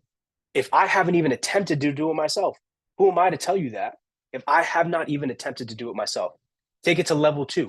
Who am I to say that if I haven't done it myself? Why would you believe me? Why would you trust me? So if I want to tell you and teach you and show you that you can be great, I have to be great. I have to be great so I can lead you, so you can trust me, so I can trust what I'm telling you, right? And so yeah, so I definitely do believe, long-winded answer, I definitely do believe there are people that are going to come up and that will be in contention for a title, but nonetheless, you know, I mean, I'll be ready. I've always kind of loved the idea of the more competition, the better, you know? So, Also, it's like, again, it's the future of the sport, because as much as we all three sitting here talking about powerlifting, as much as like two of you hate powerlifting, as you said, you know, this, Really calm down. but the sports have to grow, you know, in a way. Like, we need the youngsters or new people coming into the sport and taking over for what we're doing, right? If someone, I mean, Gavin is scoring 335, 340, you want someone to come in and score 345, 350, because the sport, they basically like almost like the baton has to pass on, and then we have to move on from it, right? So, because there's one misconception around the world, especially with people thinking when we talk about the future, we only talk about us. No, it's not just that we don't talk about us. What we're saying is we are the standards. You come and beat the standard. Be the standards. You carry on the sport, because I think we mentioned about world champion, world records here. One good friend of mine once said to me, "When you're competing, never ever chase a record. Never." Unfortunately, Sheffield is records based competition, but Sheffield is a show. It's not really powerlifting competition, right? This person said to me, never chase a record, because records can be broken tomorrow. But what can be broken is a legacy and what you set in this sport, your personality and everything you done. That can never be broken. So you spoke about that in terms of like your hard work. You're inspired to be the best in the world. That is more than a world record. So to me, again, bring me back to what I said to you earlier. You missing your last attempt squat made you who you are today. So when you come to Sheffield, hit a second world record and miss you on the third. The story continues. Right? You're not serious. I do want to chirp in here because there's one thing I've respected from you, Gavin, and also I guess Ross shares some trait, and there are a few top level athletes that do share that trait. Because when you came up doing, you were good as a junior, you're a very good athlete, and then you popped off on TikTok and Instagram, and there was a very good chance you could have become an influencer. Right. I believe there's a clear difference between an athlete and an influencer. One's trying to sell you a dream, the other one's actually doing the thing you want to do. And from my side, I've always respected the fact that you have always seemed to be, you want to do the work. You want to actually get what you're talking about. You don't just want to turn up on TikTok and do the memes and the dances and show you squatting 600 pounds, 700 pounds. You actually want to get to that top level and show people that, hey, this is the route I got there. This is the work I'm willing to put in. And I respect that, because we are getting youngsters who are coming into the sport, and no disrespect to anyone. Hopefully no one takes this as an offense, but they're very attracted to that social media side. Now, you can be successful with social media, make yourself a brand, be successful, grow yourself. I'm trying myself to actually make myself a brand, grow successful, earn money. If you can earn money from the sport, you can dedicate yourself more to it, put more effort into the sport. It's a net positive. but don't forget about being an athlete, because some people, I have seen a few people really come up as some sort of an athlete, but then that influencer life just takes them away, and then it's the meme deadlifts, the meme benches, and the shirtless pictures 24/7, right? So I respect you as a person for sticking to that athlete life, because that's good for the next generation to see. Because a lot of kids in my gym look up to you, man. There's literally, it's so weird. I'll get kids coming to the gym, they're like, "Yeah, I'm built like Gavin Adin, I want to squat 330," and I'm like, just go one step at a time. Like, look at the man, he's actually putting the work. He's not posting 24/7. He wants to squat 400. Like, look at him. Yes, you built like him, right? But look at the amount of muscle mass he's put. That's taking time. Look at the amount of intensity he puts in his training, the amount of focus, how well spoken he is, how eloquent he is when he's talking, how well read he is. So look at those straights. Look at the things outside of the heavy weights and try and emulate that. So I think you're good benefit to the sport, irrespective. You're too kind, man. You're too kind. I really appreciate that. And it's funny. I mean, there's a bit to unpack there, only because I think people would get value from it. But well, two things. I think from like as early as I can remember, the way that I kind of decided what I wanted to do with my life is I took the people that I looked up to. So Arnold, Mike Tyson, Ray Lewis, all these athletes usually, but all these people that I felt like, man, they got what I need. They got what I want. And I took the positive traits from them, right? And I basically morphed it all into this one perfect person. And that's what I'm now trying to rise to. I am so unbelievably imperfect. I fail all the time, every day, in trying to attain that. But it's the pursuit where there's meaning, right? And the other thing I'll say about that is, actually, I mean, I guess there's a quick shout out too to this guy Averill. He was one of the guys who I was training with way before I started powerlifting, like out of a commercial gym. I was Olympic lifting at the time, whatever. And he had handled me at my first meet and then my first nationals, right? And so this was like in 2018-ish, 2019-ish maybe. And I saw him over COVID. We had no access to gyms and stuff like that. So luckily, I'm very blessed in that I have like a basement where I can put some stuff in. I had no equipment. So I just bought like a $250 rack and a $200 bench. And then my friend Averill had the weights. So he brought them in and we just trained for like a year and a half for COVID. And we made crazy progress, a lot of fun. And it's funny because last Sheffield, we saw each other. He had to pick up some of those weights. So long story long, he said to me something that has resonated with me ever since. He said, it's crazy to see how far you've come, because when I first knew you, when you started, you were lifting the same weights as everybody else was. And now you're ahead. And those same people are still lifting the same weights. And so you have to ask yourself, what is the difference? It can't just be the training, because we're all training. We're all working hard. It's the fucking belief, man. It's the belief. Like, I don't think it's corny at all to have the vision boards. I don't believe it's corny at all to remind yourself what God has promised you and the great plans he has for you. Like, I don't think that's corny. I think that's real, And I think the other side to that is you put in the fucking work. Like, faith without works is dead. No shit. Like, you have to put in the work. You have to. There's a beauty in that. You should want to. And I think for me, man, like, a lot of times I think people over glorify this idea, like you're talking about, like influencers, social media. Also, social media is not real life. Like it's not. And I've contemplated quitting social media like almost every single day, because it is kind of a game. It's its own craft, and there is an algorithm, and there's a way to pop, and there's things that you could do that would benefit you versus others, right? And this is a constant game we play. A lot of these people, we play characters. We're showing you one side, right? We're not showing you the full gap. Like, I may get on, I may say, burn your ships, give everything, whatever, but you didn't see me last week when I could barely pull 650 off the ground because my body was beat to shit. And I'm 8 weeks out from Sheffield, the biggest meet of my life, right? And I'm fucking breaking down. My hands are bleeding. I can't figure it out, right? You don't see me there, but you see me on social media when, like today, I pulled 683 like an RP6. That's when you'll see me. So people don't realize that. Like, you're human. You have these things. The idea is to embrace it all, to trust in the process, but to have that vision and have that belief. There will always be people that throw stones. There will always be people that doubt you. And I promise you, if you're doing anything worthwhile, which means building a legacy, people will always have something to say, always. But one of my favorite actors, Denzel Washington, I don't know if you guys know him over across the pond, but great actor. And he you just said two black boys, if they know Denzel,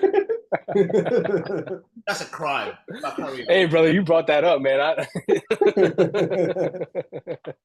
But bro, so Okay, so you know who I'm talking about. So he said those who can do, and those who can't talk about those who do.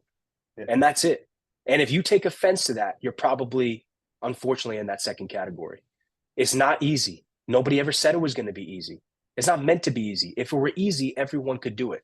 But none of the people in this chat room right now, we're not everyone. We're one of one, right? And that's the difference. And so when you choose the harder path, the path that you have to carve, yes, it's going to be fucking hard, but there's a reason. You wouldn't want it if it was easy, because again, everybody would be doing it. And so, yeah, man, I mean, I really do appreciate the kind words, dude. Like it's I'm no better than anybody else. I'm trying to figure it out just like everybody else, you know. I make plenty of mistakes. And yeah, man, it's just I don't know. You just kind of try to do the best you can with what you have. It's not how many resources you have, it's how resourceful you are with what you have, you know. So, and I truly do believe that, you know, and that's not just like equipment, tangible shit. I mean, that's relationships, that's stuff like this. You know, there may be a time when I may say to myself, like, I may lose and lose and continue to lose. And I may say to myself, man, what the fuck am I doing? But then I think about this podcast and the words that you just shared. And now that reignites the flame and that keeps me going, you know? Like there are times when I can remember this old lady when I was like in high school. I was leaving a standardized exam. She stopped me in the hallway as I was leaving. She didn't know me, nothing. She says, "You look like somebody who's going to be successful one day." That was all she said, and I kept walking. I've held on to that to this day, you know. And so that it's just like cookies in a jar, man. When you need it, you take it out. And so relationships like this, they go a long way. That's what it's about, you know. So having that internal belief, having this unrelenting desire and this willingness, it's got to supersede everything. Like you have to want it so bad in the sense that you'll never allow anything or anyone to take it from you. You know, don't let them take the dreams away. You guys know the song "Eye of the Tiger"? Yeah, a little bit. A little bit. It's from the Rocky movie, right? Yeah. "Eye of the Tiger," great song, especially for athletes. It wasn't until this year that I realized how powerful that song is. There are lyrics in that song, man, that you dude, look it up. You'll be like, holy fuck, like I get this. It says like don't lose your grip on the dreams of the past. You must fight just to keep them alive. Now, place that in your mind after you've worked your ass off year in, year out. You show up to worlds, you place second, you place third, you place fourth, you get your squats overturned, whatever. Don't lose your grip on the dreams of the past. You have to fight just to keep those fucking things alive, let alone to win. This is human nature, man. This is what makes greatness. Ali, Tyson, Lewis, like there's a reason why they have a legacy. It's because they fought through all of this shit. And so I'm not trying to go on like this massive rant, but you know, you're right. There are a lot of young people watching, and there's something that separates the men from the boys, so to speak, and that is the work.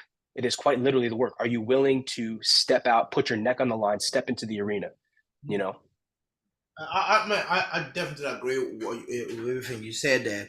But again, I would say to everyone who's listening or everyone's watching, guys, please go and follow Gavin on TikTok. You see a man smoking a cigar shirtless. Where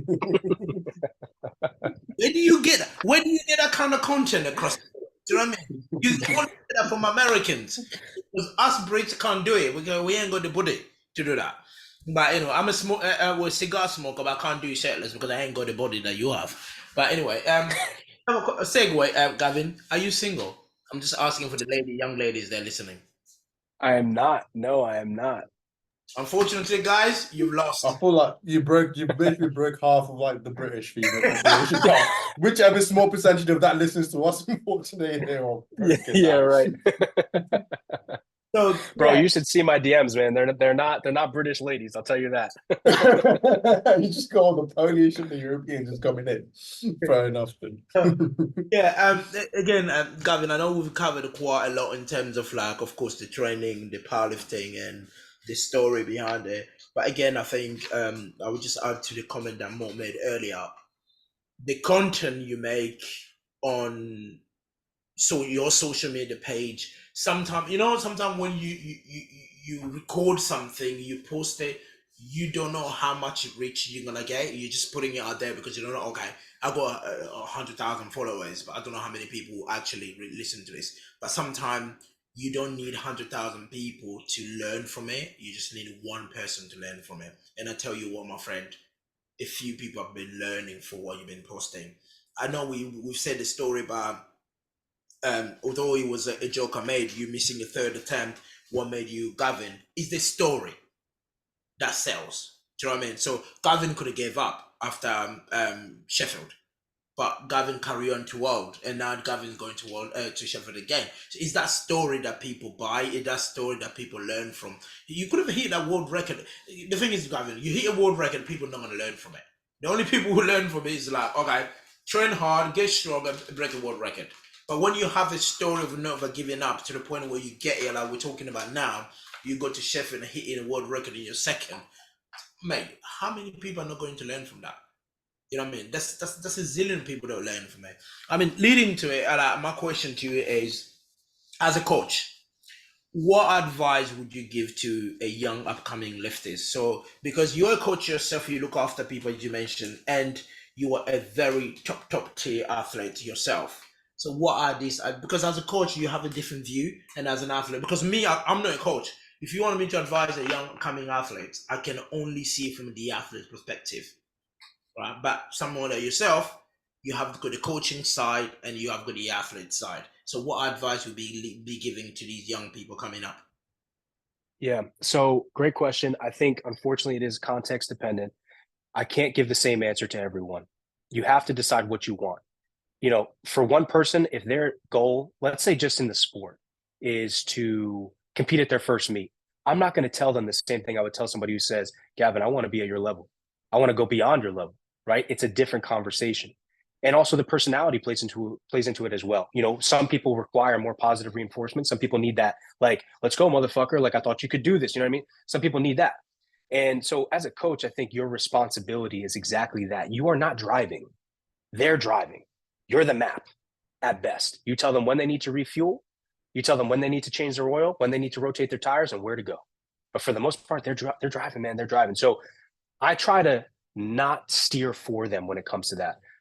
And so really what I do and the advice I would give is the same thing I would give if somebody was in any other industry pursuing anything other than powerlifting. It's about things about building yourself, who you are as a person or as a man. Most of my clients are male. As a man, as a young man, what can you do to become the best father, husband, brother, athlete? Like, what can you do to become the best version of you, right? What values do you need? Character is who you are when nobody's looking. The integrity, right? And the integrity even goes right into your powerlifting training. Did you skip accessories? Not only that, did you do your accessories and give everything you had into your accessories? Or did you sandbag them because you didn't feel like doing it? Did you do your cardio?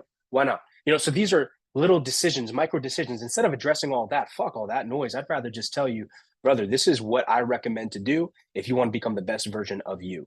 And so really the first thing would be establish your vision. Where do you want to go, right? If I know I want to go to California and I'm in New York, chances are I'm not going to start traveling east, right? Because at least I know that California is west. So I should at least start traveling west, right? So that's step one. Establish a vision. And there's ways to do that, but we'll keep it short. Step two, reverse engineer that vision. This is how you're going to figure out the best strategic approach to achieving it. For powerlifting, it's fucking easy. For Americans, you have to win nationals. If you win nationals, you go to worlds, essentially, right? That's it. That's the strategy. If you want to go to worlds, that's how you do it. Now it gets a little bit more complicated. We start to break it down. So reverse engineer from there. Where do you go from there? Okay, so I got to win nationals. How do I win nationals? I got to be strong. How do I get strong? You have options. Study it. There's plenty of free resources out there. All three of us put out content like that. There's free resources available, or hire a coach, or both. That's what I did. I did both. I started studying, getting certifications, reading, all that stuff. I soaked it all in. So you reverse engineer things down to the level at which it becomes step three, actionable. So vision, reverse engineer the process, then take action. And that action is just as simple as, okay, I hired a coach. I made that decision. Now I'm going to go in tomorrow, day one, we're going to start training. And that's it. And that's where it goes. So if I had to give a general statement, it would be those three things. It would be have your vision, reverse engineer your vision to create your process, and then three, take action on your process. If I had to give you a fourth, it would just simply believe and trust. Believe in yourself. You don't have to, have faith like I do. That's totally cool. I respect everybody's position, but at least believe in yourself. Believe in your ability to achieve your vision and to execute on it, meaning take action. Yeah, I mean that's fantastic. There, I mean, I sit there, I'm thinking, not even young coming powerlifters, even myself, I've learned from it. Those three tips that you've given here. So Mo, any other last few questions from yourself? But one last question, Gavin. I remember in Sheffield, we were in the saunas. gave a very motivating speech Just about show off relationships. because you guys been to Sheffield. Show off, freaks. We win this one, even my coach was impressed. We came out and my coach was like, yo, that was motivating. Right. So I want you to tell me, Sheffield, 12 men, 12 women, but mostly let's say with the men, because that's who you're going to be competing against for the cash prize. What is the message you want to send? You've been there, you've done Sheffield, right? You had your experience, personal experience was it. You've done Sheffield, you've done Wards, you've gone all around the Wards. What's your message this time around to the 12 men that will be coming to Sheffield? What do you want to let them know about yourself? What do you want to let them know about the competition? What do you want to let them know about your plan? So what do you want to tell the people coming to Sheffield that you're going to be competing against? I encourage all 12 men to be as strong as they are capable of being. I want them to be as strong as they are capable of being. And I genuinely look forward to them being as strong as they are capable of being, because I plan to do the same. I plan to show up and be as strong as I am capable of being, and then some. I am not trying to compete against them. I'm competing against me. And respectfully, if I beat myself, I'm beating all of them. So I plan to show up and be the absolute best and strongest version that I can possibly be. And I genuinely hope that they each do that as well, because it adds more merit to my own accomplishments, my own success, and vice versa. If I show up my strongest in my best form when they defeat me, if they defeat me, then they've done something special. If I show up like shit, weak, fragile, nervous, scared, timid, they've done nothing special. Great job, right? But if I show up at my best, then they've given their best. They've had to give their best, because that's the only way that they'll beat me, is if they give their best, right? And again, it works hand in hand. So yeah, that would be my message to them. I genuinely want the best for them. I want to see them succeed. I don't want anyone to get hurt or anything like that. I want everyone to do the best that they possibly can. That way it sharpens me. I mean, iron sharpens iron, as iron sharpens iron, one man sharpens another. And I truly believe in that. So they will push me to be my best. And I truly do believe that if I am my best, then I will be the best as well. I think I like this American. I like this. Cool. So and that was for the athlete, Gavin. So me, I'm gonna flip it aside in terms of like, of course, the whole reason is we want people to experience Sheffield life, because sometimes when I try to explain to people what Sheffield was, I can't do it. I don't know, maybe because English is not my first language, but I cannot explain to people how Sheffield was this year, how I felt, and how the energy was in the room. I cannot explain it. So I'm just telling people, look, you're not going to Sheffield, buy your fucking damn ticket. Do you know what I mean? So what message are you sending to these people that want to purchase a ticket, but they're not sure whether to purchase it or not? Yeah, in life, we have choices, right? And whether you like it or not, you have to take full responsibility for those choices, especially as you grow older, right? They fall on your shoulders. So you have a choice here. You can choose to be a part of history. You can choose to be present, or you can choose to sit on the sidelines and not be a part of history. There are plenty of people that will accompany you. There are plenty of people who are comfortable doing that. I don't think that if you're the type of person to listen to this podcast, you're also the type of person to choose to not be a part of history. So I trust that you would choose to be a part of history and come to the next Sheffield. That's all I had for Sheffield. Buy your damn ticket, guys. Be part of the history. Otherwise, you'll be just like a forgotten man, just like person that died out. Anyway, moving on. So again, Gavin, I think this is the holiday season. So I think Espin couldn't be here, but he sent two questions to ask you. The first one was, what are two things that you probably wish for people to live in 2023? And the second question is, what are the other two things you would like to see people doing more in 2024? Under what context? Like powerlifting, or like what's the context? It's all about powerlifting. In powerlifting, not in general, because otherwise we're going to start talking about Trump and Putin. Two things. Well, I think for two things that people should leave in 2023 is, I think the first thing would definitely be this idea that there's like a social hierarchy to the sport, right? Leave that behind, let it go, just focus on being the best lifter you can be. I don't care what federation you choose to compete in, what weight class, it doesn't bother me. Like, do you know what I mean? But let go of this idea that there's some sort of social hierarchy, whatever. That's only going to hold you back. The second thing, don't ever protest another lifter's lift. I think that's soft. Two things. So let that fucking thing go. There's the two things going into 2024 that I think lifters should. You said to learn to attain or what? I mean, you want to see a bit more in terms of people doing lifters or even like, Oh, I'm not just talking about lifters. I'm just talking about any member that is part of powerlifting family. I'm talking about those people that Media, okay. So coaching, jury, anything. let me just unload a little bit. So going back to 2023, I think we should definitely let go of this idea that um that there doesn't need to be innovation in the sport to any degree. I think we should definitely be looking at the technology. We should definitely be looking at the jury situation, the referee situation. Let's make things easier for them, more comfortable for them. I'm all for that, but I want to create a better environment for that. I think that'd be great. So let's let go of this stigma that like what is and we're traditional and we have to be this way. Let's be less rigid, I think. And I think Sheffield's doing a great job of improving that. So that's good. And I would love to let go of this idea that we have to host world championships in the middle of fucking nowhere. That would be fucking great. If we could stop doing that stupid ass shit. Whoever calls that's got to be a money thing. And I don't like, the ball is in your court. I really can't. I'm trying not to talk shit about it, but like they make it so easy. It's fucking ridiculous. They're putting these championships in the worst places possible, and it doesn't make any sense. So that I would love for us to let go of that. Let's see, things that I would like to see in 2024 though. So first thing for sure, I would love to get Netflix or some sort of prime television producer to create a documentary series similar to like Pumping Iron was for bodybuilding. I think that'd be fucking great. I think that would skyrocket us. So I'd love to see that. I would love to see more meets similar to Sheffield.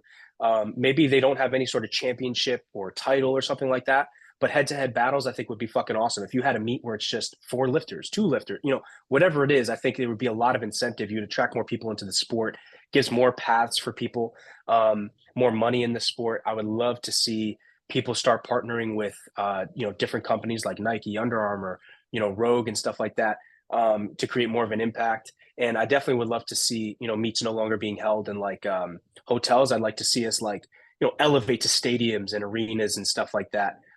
So I think that'd be great.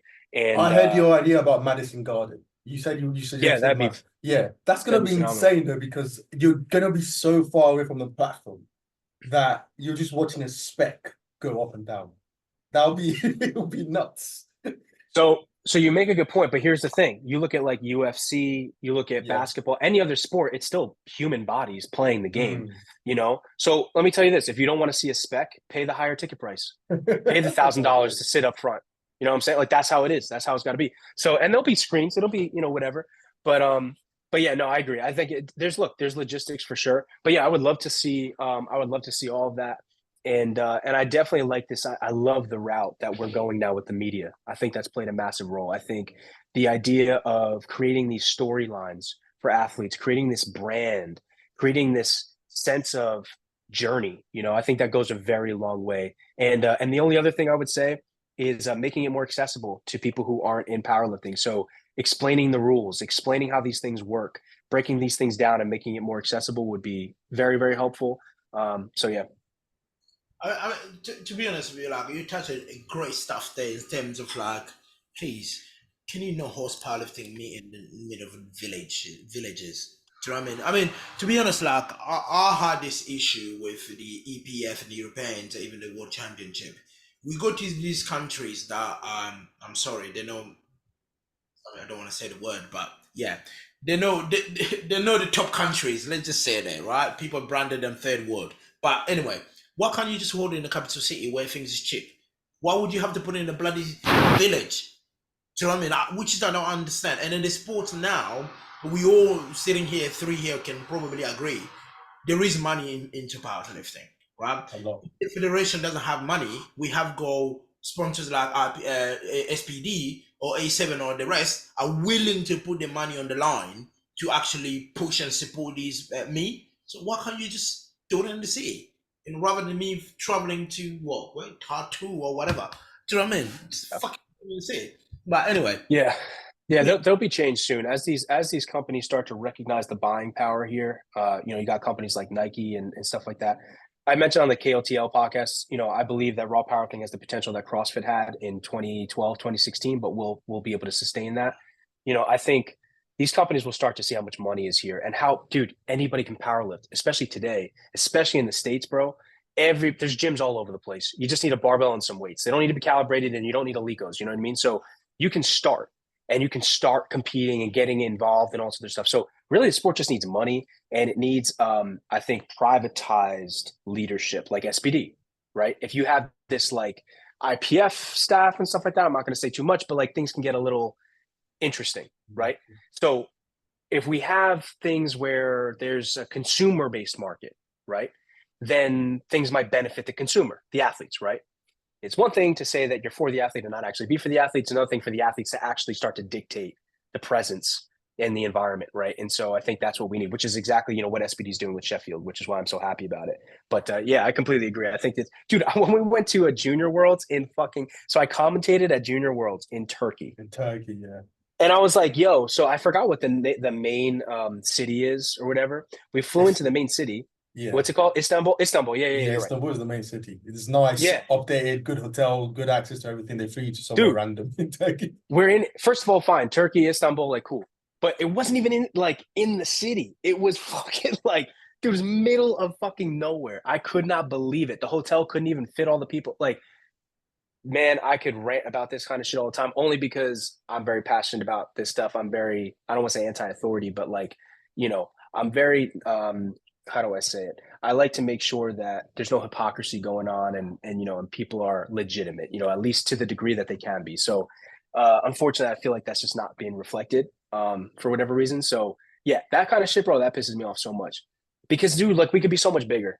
Like, imagine a Worlds in New York, in LA, in Florida, or in London, or in, these major cities. Even if it costs money, bro, people are willing to pay. We just we can do it. We can definitely do it. So, I mean, leading to that, my last few questions is especially in terms of location. I mean, the last time Americans had a world championship was in 2016 in Killeen, right? I think so. The one people always talk about Hack and Gibbs and Harvard's battle is one that elevated the sport. Right? To me, it was a great advertisement for the sport, and unfortunately it just happened in America. It should have happened in London, but unfortunately it happened in America. So we give it imagine the Americans trying to use the London tube. It would be an absolute nightmare.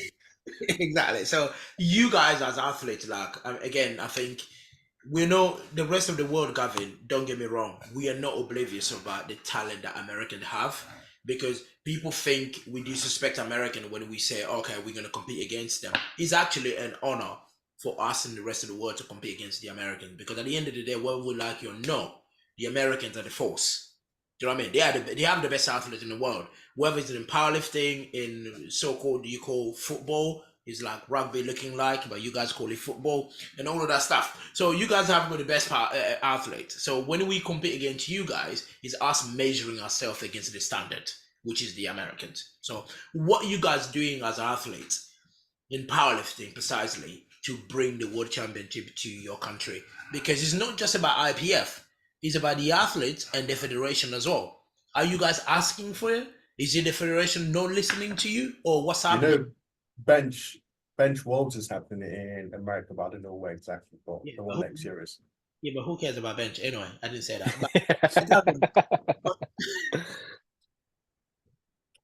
Yeah, I mean, 1000%. I'm going to be honest with you. So I appreciate the words, and I do agree to some. Look, we have an advantage in that we have 365 million people. So it's a little bit different. We've got a big talent pool. Kids, especially in certain areas, grow up playing sports. Football way more popular than powerlifting, baseball, all hockey, all these sports are way more popular, and so these kids are being introduced to weight rooms way earlier. Same thing for myself. Like, I got into training when I was 12, but it was so I could be a better ball player. And then I started lifting weights when I was 14, so I could be a better ball player. And that's kind of just how that went. And I just fell in love with training, so I just kept going. So yeah, but in terms of bringing it to the States, it's not for the athletes, bro.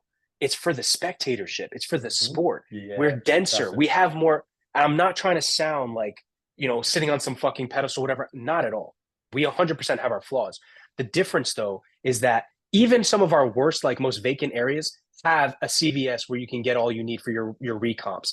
Have hotels that won't get fucking filled out, and you're gonna have kids fucking sleeping on like cots and shit. Have good food and water you can trust. Like we have those types of amenities. We have that access. So it just makes sense for everyone if we have it in a place where, like, dude, we had nationals in I think the nationals my second national Raw nationals was in Daytona or Orlando, one of the two. I think it was Daytona, maybe. I don't remember, but even that area wasn't that great.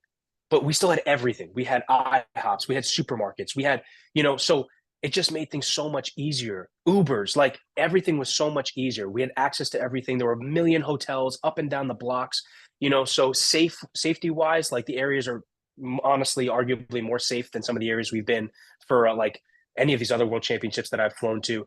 So yeah, I definitely just think in terms of like making it easier for athletes, I think it'd be a million times better. The only thing is a language barrier, but unfortunately, I think we all have to deal with that no matter where we are, So that's something that's almost like, okay, it's a variable. It is what it is. And I think the only thing that makes things a little lopsided would just be the travel times. But like, that's kind of just part of the sport. We've all had to deal with it in one way or another.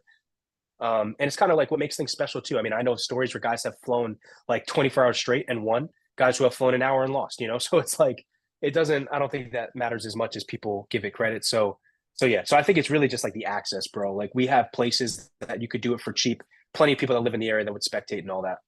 What about in terms of like you athletes in America in PA, because PA it started small, it's becoming big now, right? In terms of like the numbers and of course, as I mentioned there, Americans have got the best powerlifters on the planet, and they're all moving to PA.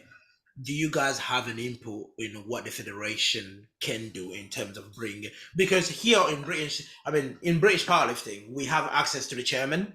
So if I want something, I got ideas, I email the chairman. Like I just did this morning, I sent him a bloody A4 worth of questions. You know what I mean? So we have that access. Do you guys have that type of access where you can influence the decisions that is made at the top? So influence is a strong word. Access isn't. We have access. We can email them, of course, but whether or not we influence those decisions is tough to say. I hate to say it, but I just, because of my business, how I do things and stuff, I know that money is probably one of the strongest influencers, especially in our culture. So, look, if you're a big sponsor and if you donate a lot of money or you pay people's salaries and stuff, they'll probably be more privy to listen. If you don't, they may be less likely to listen, right? So it shouldn't be that way, but that's probably what it is. I'm just taking a guess. I've never tried or attempted to make any sort of changes within the federation, become a ref or anything like that. So I can't really speak on that, honestly. But yeah, we definitely do have access. Whether or not, they'd listen and stuff, I don't know. I think that, again, they want to make money. They want to do well. They want to grow, right? They do have a bottom line. So if they were saying that they were purely doing this for people to have fun and also, I mean, come on, you know what I mean? So obviously there's a primary motive, there's a primary driver, and anything that will help propel the sport's growth, I think that they'd be open to that. If you said to PA or to any of these federations, like, look, man, you have it in the States, you'll be making 5x what you're making right now when you have it in Turkey. That's going to speak. That's going to say something, and then it's just a matter of handling the logistics and stuff. So, but yeah, hopefully that answers your question. I think we do have access, but whether or not, our access influences anyone, it might be tough. I think one of the things that I think I've been a massive advocate in terms of like the sport evolving, change, moving to that new directions of the new, we're calling it the new, I call it the new age, because powerlifting is not just what it was 5 years ago. Right now, people are getting access to the sports and people are doing it. Again, as mentioned there, you have got backing like from SBD and the rest money. I mean, you go, especially you guys Americans, your national is like $180 or $200. Do you know what I mean? That's a lot of money. Do you know what I mean? So people come to that. yeah. So that's a lot of money getting into it. So one of the things, the reason I asked that access, Gavin, is because I've spoken to a lot of lifters around the world. I'm sorry to say this, not shared to anybody, but they feel their federations are run by people as the people that still almost like in the 19th centuries, because where the thinking powerlifting how it was in 1990 and 80, their thought and process is still stuck there. rather than actually moving us to the new age of a 2024 or 2023 in terms of like where we are. You spoke about media, you know what I mean? There's yourself, there's Russ, and there's some of the couple of the American that has got massive platform. These things can be utilized actually to grow the sports in terms of like them just working together with you.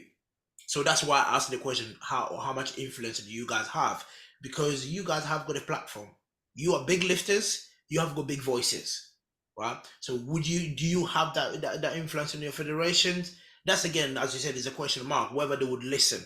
Unfortunately, they won't. Because they're still stuck in that age. You know, I was speaking to your CEO a world, and I spoke to him in Sheffield. It's the same question I asked. I said, how much are you listening to your lifters? Because as much as you want the federation not to go bankrupt, but at the end of the day, the people that keeping the federation live, surviving and moving forward is the lifters. Are you listening to them?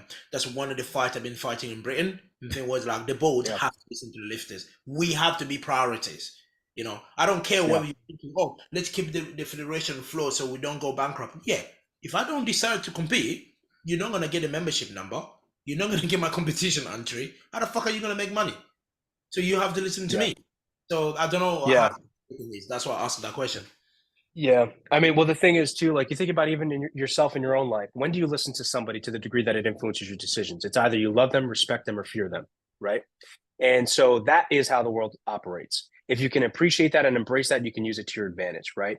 If it's your mom, you know, you love her. So she wants the best for you, you know, you're going to listen. If it's your girlfriend, same thing. If it's the IPF jury, unfortunately, you kind of have to respect them because they run the show, right? But the only way that works in turn is they have to either love you, respect you, or fear you, right?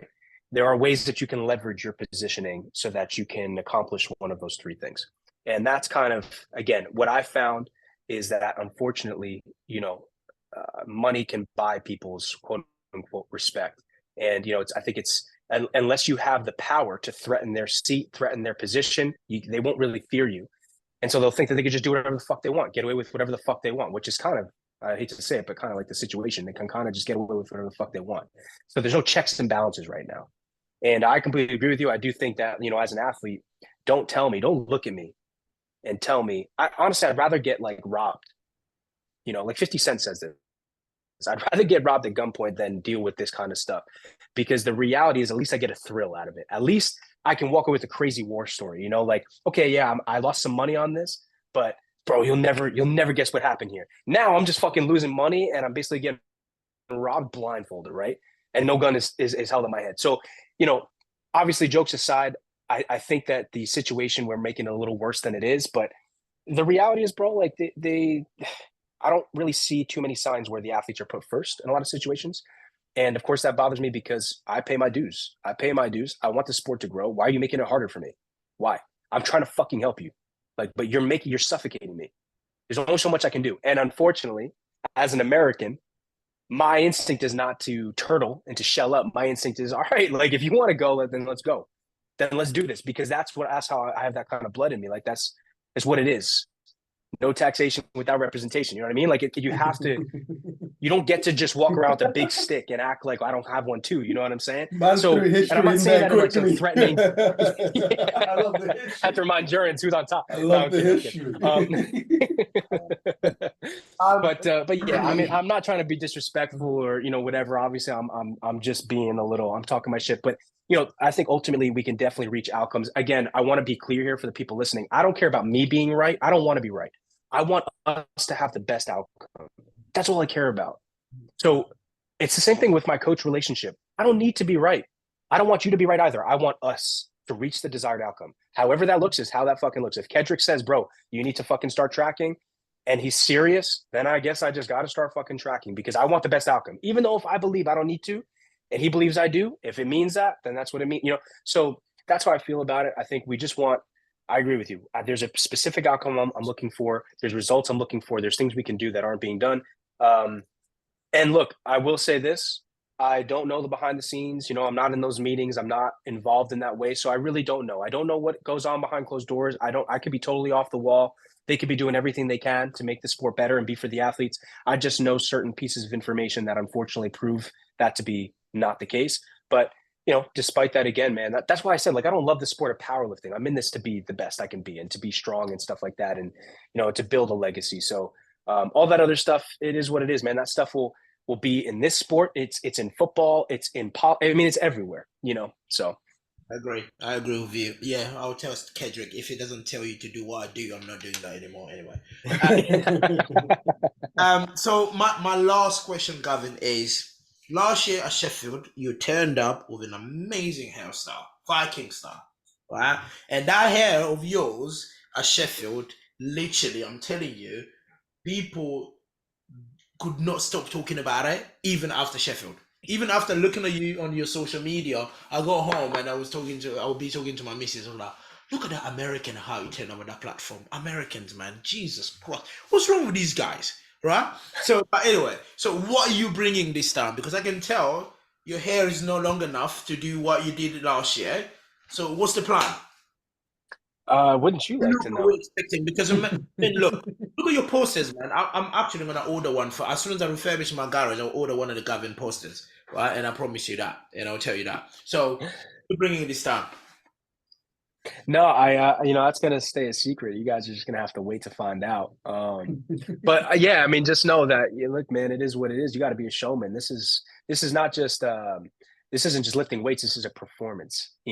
Who wants to go to a concert and watch somebody just stand there and sing, right? I need to see your performance. I need to see your go through your work in whatever way that is for you. You don't got to be jumping up on stage and going crazy, whatever. If you're the type to be calm, cool, composed, collected, cool, be you, but be the best you. So that's what I like to do. I like to be the best me, unapologetically me, and that's it. So that's the package I plan on bringing to Sheffield. Mate, I'm gonna be there with my glow stick, and then I order my vuvuzela is coming, and I'm gonna be screaming my lungs out, right? And then even though I can't make on the platform, I don't know if I will ever gonna do that, but I'm gonna be screaming for you. If you come in as a boring American, I will cuss you. I will do that. But anyway, on that note, Mo, any other question from your side? No, sir. I'm excited to see the performance. I'm excited to see the smile on your face. I'm excited to see you excited. I'm actually, I'm actually glad you're back in the burn your ships era. I enjoy that. I absolutely enjoy the guts era. Also, when you had Berserker post all the time, I fucking loved it, man. I enjoy that era. I loved it. So I'm happy to see you just crush it and have fun, man. So hopefully we have a very good competition. I'll be a Sheffield, hopefully too. Shouting my lungs out with Jurins. I've got drums. We'll be doing chants. If you want any chants, let us know. We'll sort you out. It should be fun. Excited to witness another section of powerlifting history again in Sheffield. And excited to see you perform as you normally do. Absolutely. Thank you guys so much, man. I can't thank you enough for the time you've given me today, and even just not just for the opportunity to be on here to be able to bring powerlifting to more people, but just to be able to have this conversation with you guys. It's rare. And I love being able to talk shop with you guys. You guys have been like beyond kind and open and stuff. And I love it. Even if you want to talk shit about, the best country in the world. No, I'm kidding. But it's cool. It's cool, man. I still love you for it. And and like I said, man, I really do. I really genuinely appreciate the opportunity you guys give me. And I hope that everybody listening got some value out of it. So yeah, I mean, again, Gavin, thank you for coming on. And yes, thank you for coming on, man. We are the greatest country in the world, and people forget that we actually colonized you guys. We made you guys. What are you talking like you were there doing the colonization? Were you not being colonized yourself too? I can never forget that, because they do forget that they were once our best. So yeah. On that note, my friend, literally, I can't wait for Sheffield. Literally, I'm so excited. It's not even just about what happened last year, because I know you're coming in, especially yourself, you're coming in prepared, and you're coming to burn those chips. So I'm really excited to watch this. And then there's a lot of you again on that roster that will be exciting to watch. Not all of you, because some of them I'm not really a big fan of some of the people that are going to Sheffield. But on that note, I know Mo is looking at me thinking, who are you talking about? Yes, yeah, that's my personal opinion. But there's people that I really love and like, and I can't wait to watch you guys. I will be screaming my lungs out for you guys. For those that are listening to us, guys, if you have any questions or any comment for Gavin, please drop in on a comment or drop Gavin a message. I know I will apologize on Gavin's behalf. He has got over 100,000 followers, so Yeah, I that's too many people. Gavin Like I'm struggling with just 8,000. So honestly, if you don't get it ready, it's just natural way of life. Unfortunately, you've got to do something special. So if Gavin doesn't Go for his coaching. Go for his coaching. You can get direct access that way. exactly, if that Gavin doesn't reply, reach out to me. That only have like 4,000 followers, so I definitely look at everyone. So do you know what I mean? Reach out to me, and then I'll prompt Gavin to reply to yours. Because if he doesn't, at Sheffield, I will just speak to him face to face how a dick has been, because he's American. It's different from cool. Mate, thank you very much. Only one thing I could say, the last bit is please, please, please keep up posting those funny videos on TikTok. That's why I followed you. That's why I watch, right? I love the 30-minute YouTube videos, man. I love the ranting. I love just sat down with a mic talking your thoughts. So Thank you, brother. Thank you. No, and I Great want to see content. things like that, but I want to see you being so serious and your stance, pace, your deadlift style. I'm thinking like, for fuck's sake, I don't want to watch this. Do you know what I mean? Please, right? Be you. Go back to being you, Gavin. Right? Smoking cigar topless. Right? Any last That's it, baby. messages? Go on, Gavin. Last message on your side. Well, yeah, thank you guys. Thank you guys for listening in. Honestly, I know we're all busy, but the fact that you would take the time to listen to this means that you also probably take the time to engage with any of our journeys and our process, and I hope that you really did get some value out of this. So thank you to everybody who's listened. I genuinely am looking forward to Sheffield, not just for my performance, but also to see the sport grow as a result of it.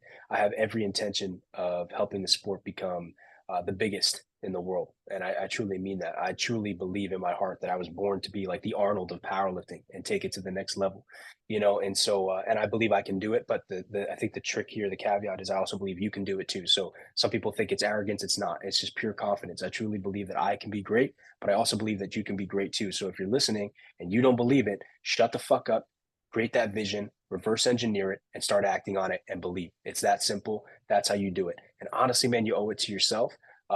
Because nobody else can do it for you. So, yeah, thank you guys. Guys, on that note, let's help Gavin to do it together. Speak to you soon.